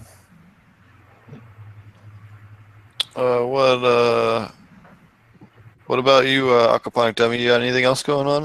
Or anything else maybe new you learning about growing, or products or something you're exposed to you wanted to mention? Honestly, it's with everything going on in my personal, nothing really has been going on other than Okay.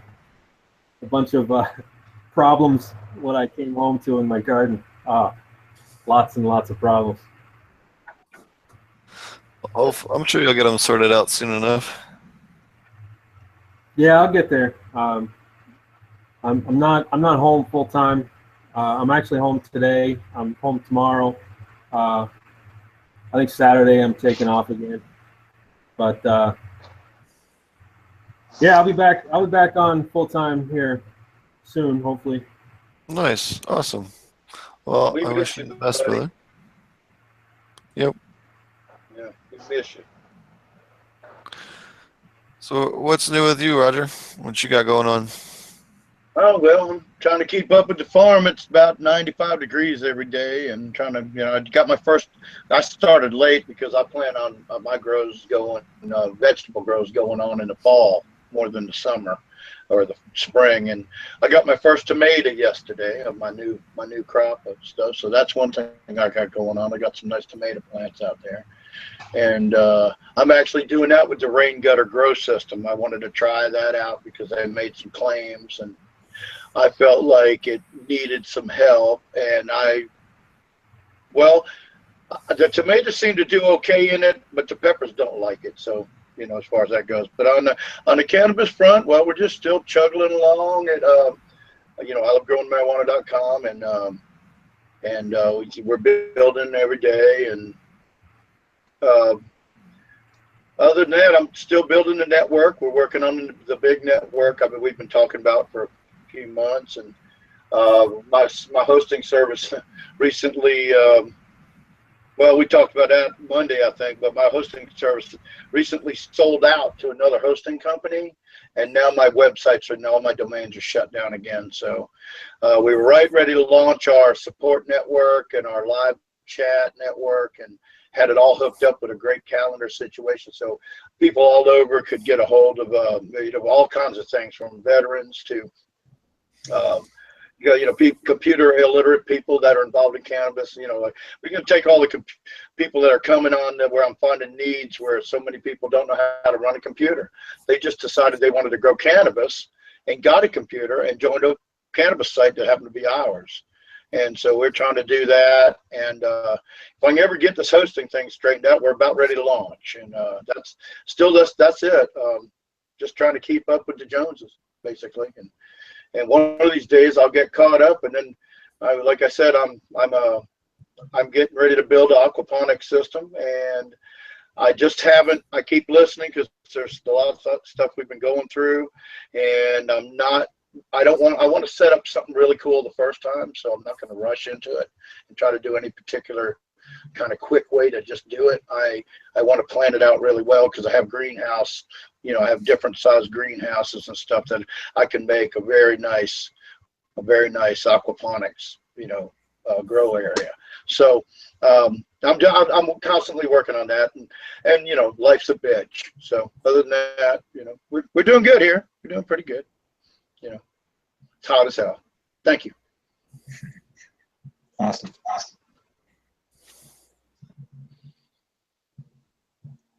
So where are we at? We lose Steve again. You still there? I'm here. Sorry, I had to take care of something real quick while we were doing. So finally got that stuff loaded. So here's the exact quote. So this research summary. This is from courtesy of the Aquaponics Association. So this is aquaponic system utilization. Utilize the soil food web to grow healthy crops.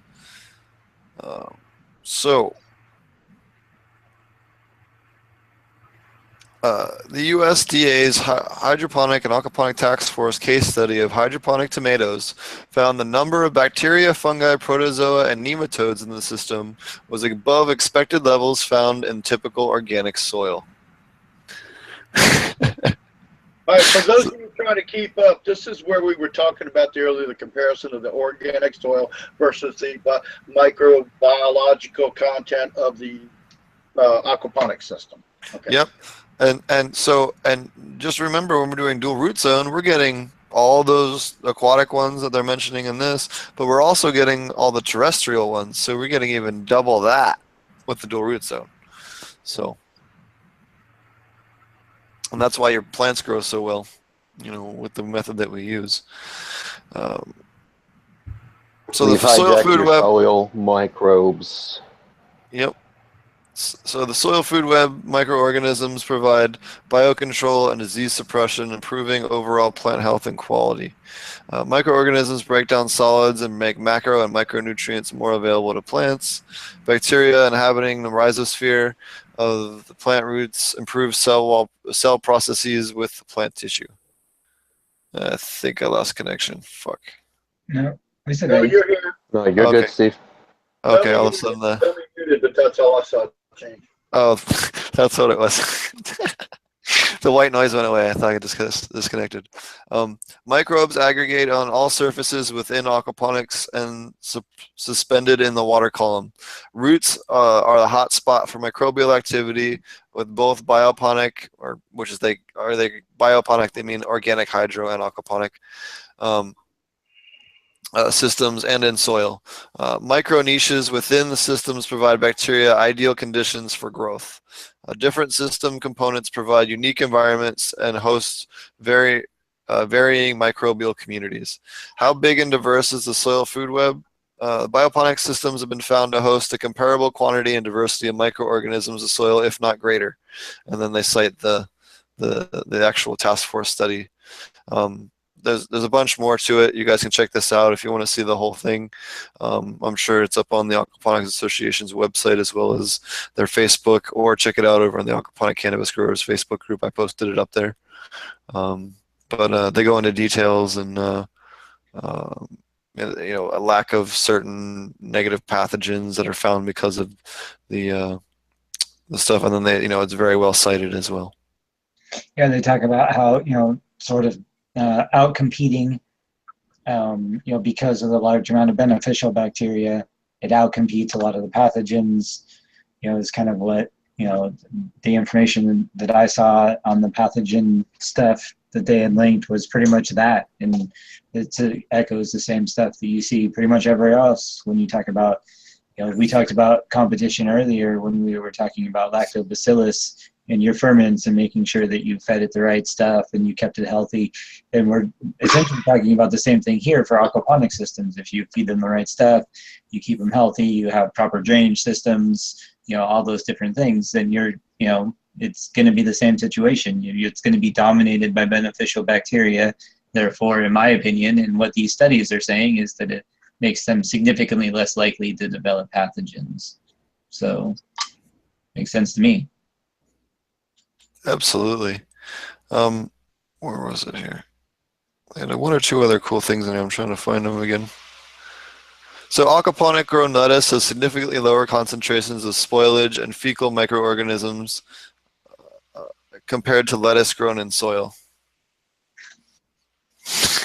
So, yeah. how about them apples? This is like hydroponics does the same thing. It's so clean, just clean. Yeah. Right. Well, guys, I'm gonna have to take off. Start getting these kids to bed. So I will talk to you guys next week. Maybe I'll try and catch Steve's podcast on Monday. Don't forget to check that out. And you can find me on my channel, AP Meds, on YouTube, AP Meds on Patreon. Roger, I just signed up, so make sure you approve me if I need to be approved. But we should be all set there. So thanks, guys, and I will talk to you later. Oh, Marty. So studies have shown that bioponic systems have between 1 million and 10 million colony-forming units per millimeter of bacteria.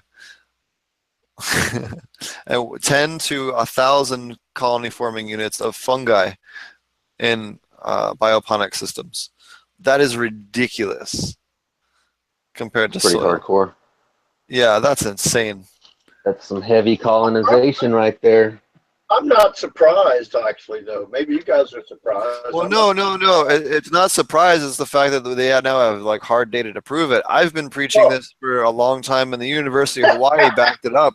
No, seriously, I've gotten into some pretty big forum debates with people over the safety of aquaponics and citing this thing, the biodiversity and the fact that you have all these different things. Unless you have horrible water conditions, you're not going to end up, or way too many fish or really horrible filtration, you're not going to end up with any issues because you have so many microbes and so many different organisms. Like for example, at Ouroboros, they have these little scuds, these little freshwater fairy shrimp, or seeds. They're like a large seed shrimp. I think it was, no, I guess they're not seed shrimp, but there's a little, they call them scuds, a little copepod. They live in the water, live in the system there, and they eat all the little junk that builds up on his brush filters. He almost never has to touch his brush filters because they break it down, and it's so small, it's liquid, basically liquidized, and then goes back into the system so where the plants can use it again. So if you have the right microbial, and especially for media beds too, the scuds are great because they as long as you have the right species. They'll again, same deal, to make sure that they never clog, along with your worms, using black worms along with red wigglers and earthworms, so you have your different sizes covered. And there's other worms in between. You have micro worms, and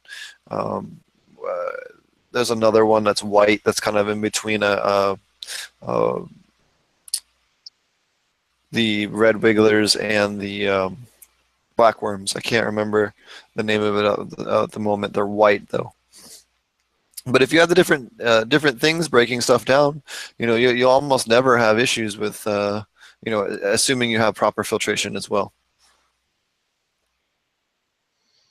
It's always good filtration and good ventilation. Yep.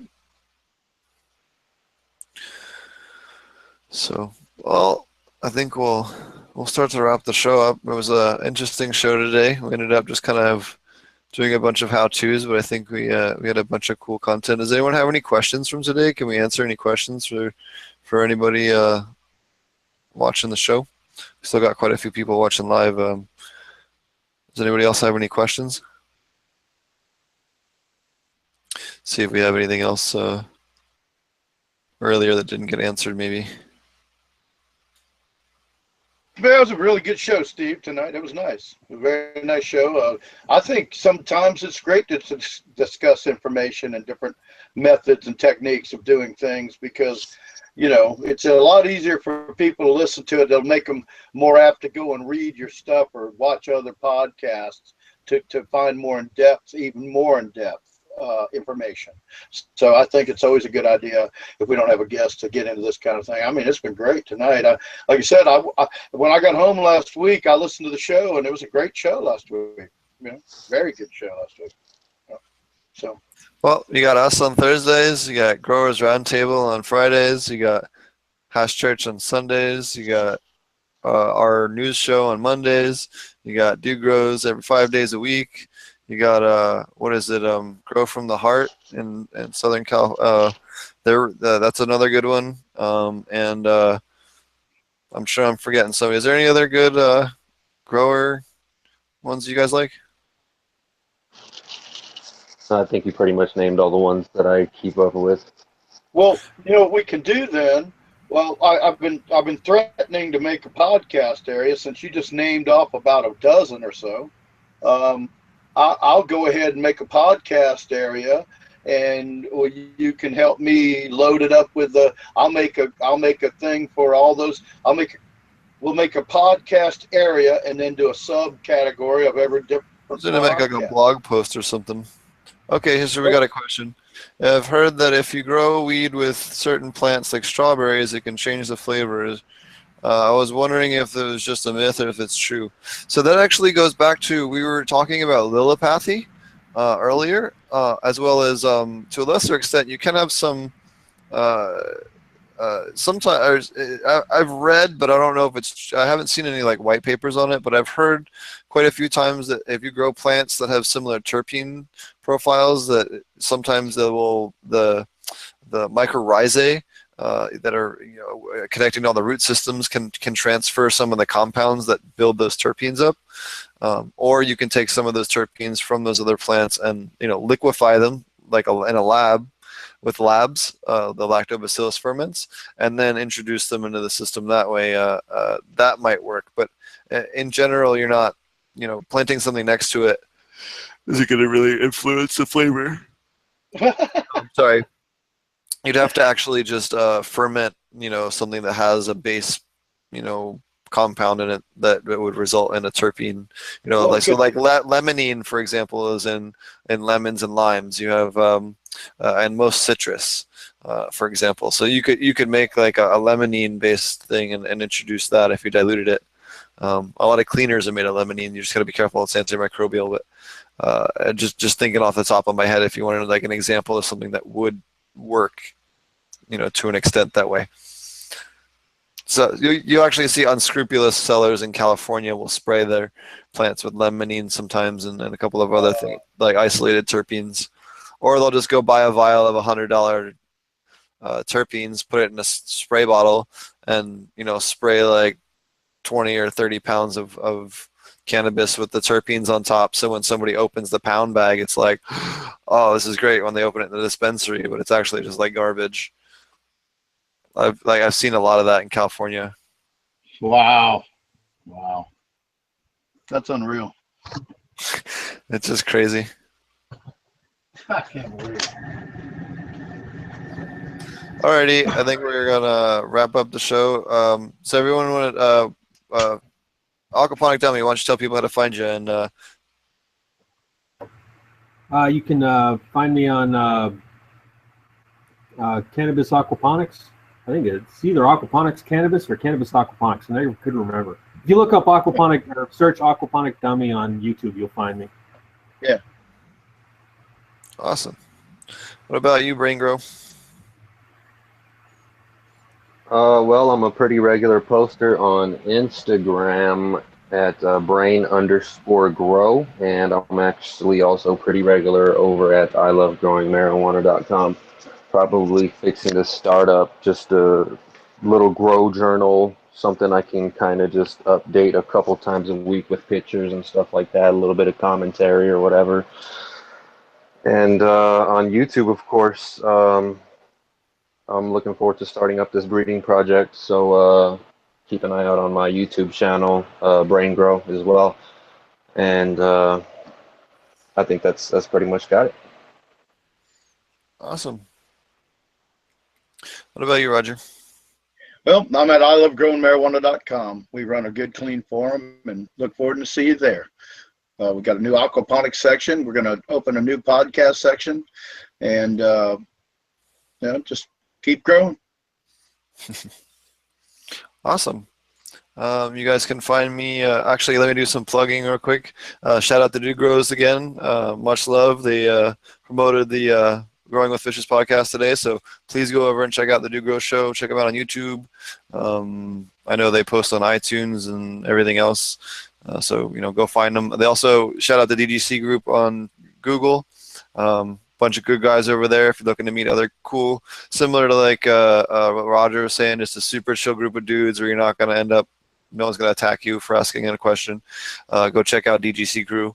over at Dude Grows Crew on Google, as well as our Aquaponic Cannabis Growers group on Facebook, and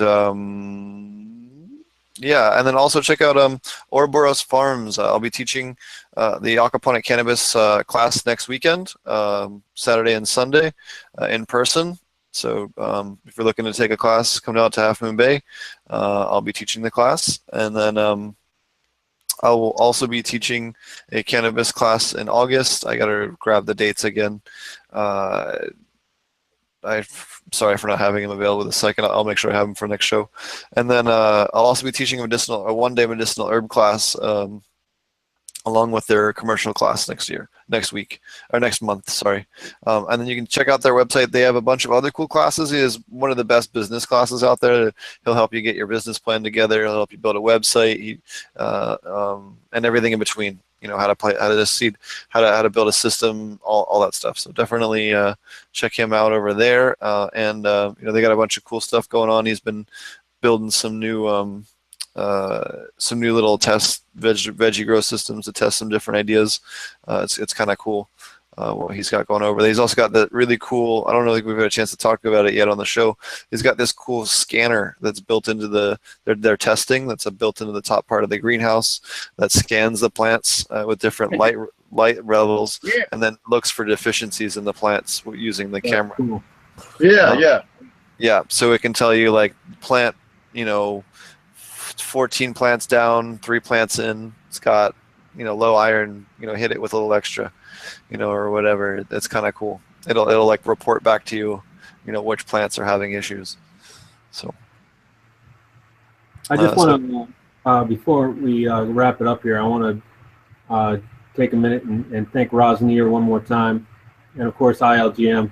They're great group of guys. I mean, like, personally, there really are a great group of guys over there. And like I said, Rosnier Rosnier is a great company. If you don't know, if you're interested in rosin, check them out. They really are probably the cheapest presses on the market right now, and they're as far as high quality press. Well, it's a very good press for the money. So well, let's reach out to them. Let's reach out to them and see if they want to come on the show. Yeah. Oh, I'm already working. I'm already working. Well, we'll also have like I was saying earlier too, the extractor will have on. The cool thing about theirs is that it's mobile. The whole thing fits into a tiny little case. I haven't seen anything that's you can kind of cart around. You know, if you're going to a bunch of clandestine grows, it's probably the best one I've seen. But the one you're talking about, there's definitely is. I'm really interested. It's kind of weird just to see like a mainstream rosin press. It'd be kind of interesting to talk to them. Right. Yep. Well, hopefully I'll hear back from them here shortly. I've already, like I said, they've already given me the free giveaway there. So I'm hoping also that, well, they have another line coming out here in a couple months. So I'm hoping to do another review shortly of their new professional model. So awesome. We'll see what happens. So. The other company I'll throw out there, just because I own one and I'm super happy with them, and these guys have been really awesome to me so far, and they've even been on the show, is if you guys are looking for, because the other guys, you know, they don't have their commercial one out yet, but check out purepressure.com or gopurepressure.com, I think is the website. The Pikes Peak Rosin Press, it's the one that I use, and it's definitely one of the best ones out there, especially if you're doing a large amount of pressing at the time. You know, if you're going to do a couple grams at a time, yeah, the other, you know, there's other ones out there that have higher PSI and stuff like that. But when you're actually trying to do bulk stuff, you know, real quickly, is definitely the one that I've enjoyed using the most. I've used quite a few different ones, at least if you're trying to press, you know, whole ounces at a time, or, you know, 1.5 ounces of bubble or something like that, all at once in one shot. You know, you can do that with this. What's the cost, Steve, on that? I think they start at $5,600. Okay, so now you'll know where the ballpark you're in now. There. Yeah. Holy shit. So you're looking at $6 to $7 grand, depending on what kind of bells and whistles you want. And some of us will be googling that. You know, just save some of your harvest money. Yeah.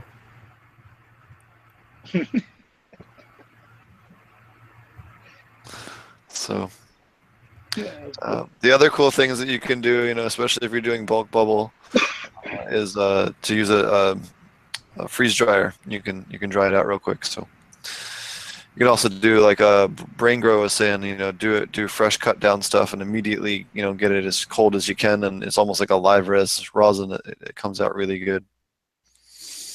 So. Yeah, you think, hey, Brain, you think that's because it gives it moisture and cool, because of cooling it down, it gives it the moisture, so it causes it from burning it up so much, and so more easily, you know, you can extract that oil from it. Well, I think it has more to do with I don't know, personal preference really is what it boils down to, because depending on at what stage you extract the plant, you're going to get a different flavor, you know, because if you, let's say you go all the way through the drying process but haven't cured yet, you're going to get a different flavor out of that than you would if you ran a material that is fresh or a material that has been dried and fully cured. So, I mean, it's really just boils down to personal preference. Well, what is the general preference? I don't know. I guess I feel like you're probably going to get the best product if you run maybe, I don't know, you know, like I said, it's just really opinion based. I don't know. What do you think, Steve? Yeah, what do you think, Steve? I think if you run it super cold, you get the better terpene preservations. It ends up tasting much better. Okay. There you go. And Also, but like the, from a freshly cut plant or a dried plant or a cured plant, what do you prefer? I've done fresh cut in a different manner than the method that you suggested. I'm real curious to try doing it the way that you suggested, with just, you know, fresh cut bubble. That sounds real interesting to me. Yeah. Yeah, it's like you said, it's basically just the equivalent of doing a live resin version of bubble hash. You know, I feel like that's really all it comes down to. Yep. So, all right, I gotta run, but I'm going to Steve at Ponics. Check out Ponics at YouTube if you're listening to the show on SoundCloud, and we have the other show on Mondays, Last Week in Cannabis. We try to cover news stuff. We go over all different kinds of legal topics. Once in a while, we go on some fun rants. I know Marty had a pretty epic rant to start off this last week's show. I think it took us about an hour to start doing actual news articles. It was pretty fun. We're on Oregon. We're on a rant, a current rant that'll happen, I think, every week for a while until it's resolved on Oregon. The new policies that are really screwing over the medical marijuana growers in Oregon. That's what. Okay, so well, I'm sure our government won't fail to give us anything to rant about otherwise. Marty's rants on Oregon have been going on since we started the show. Don't worry.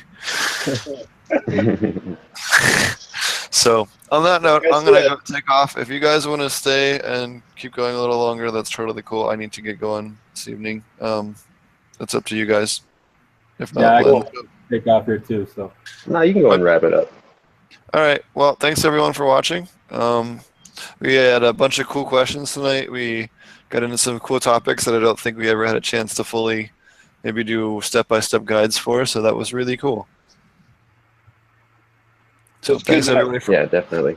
Thanks everyone for watching, and have a good night.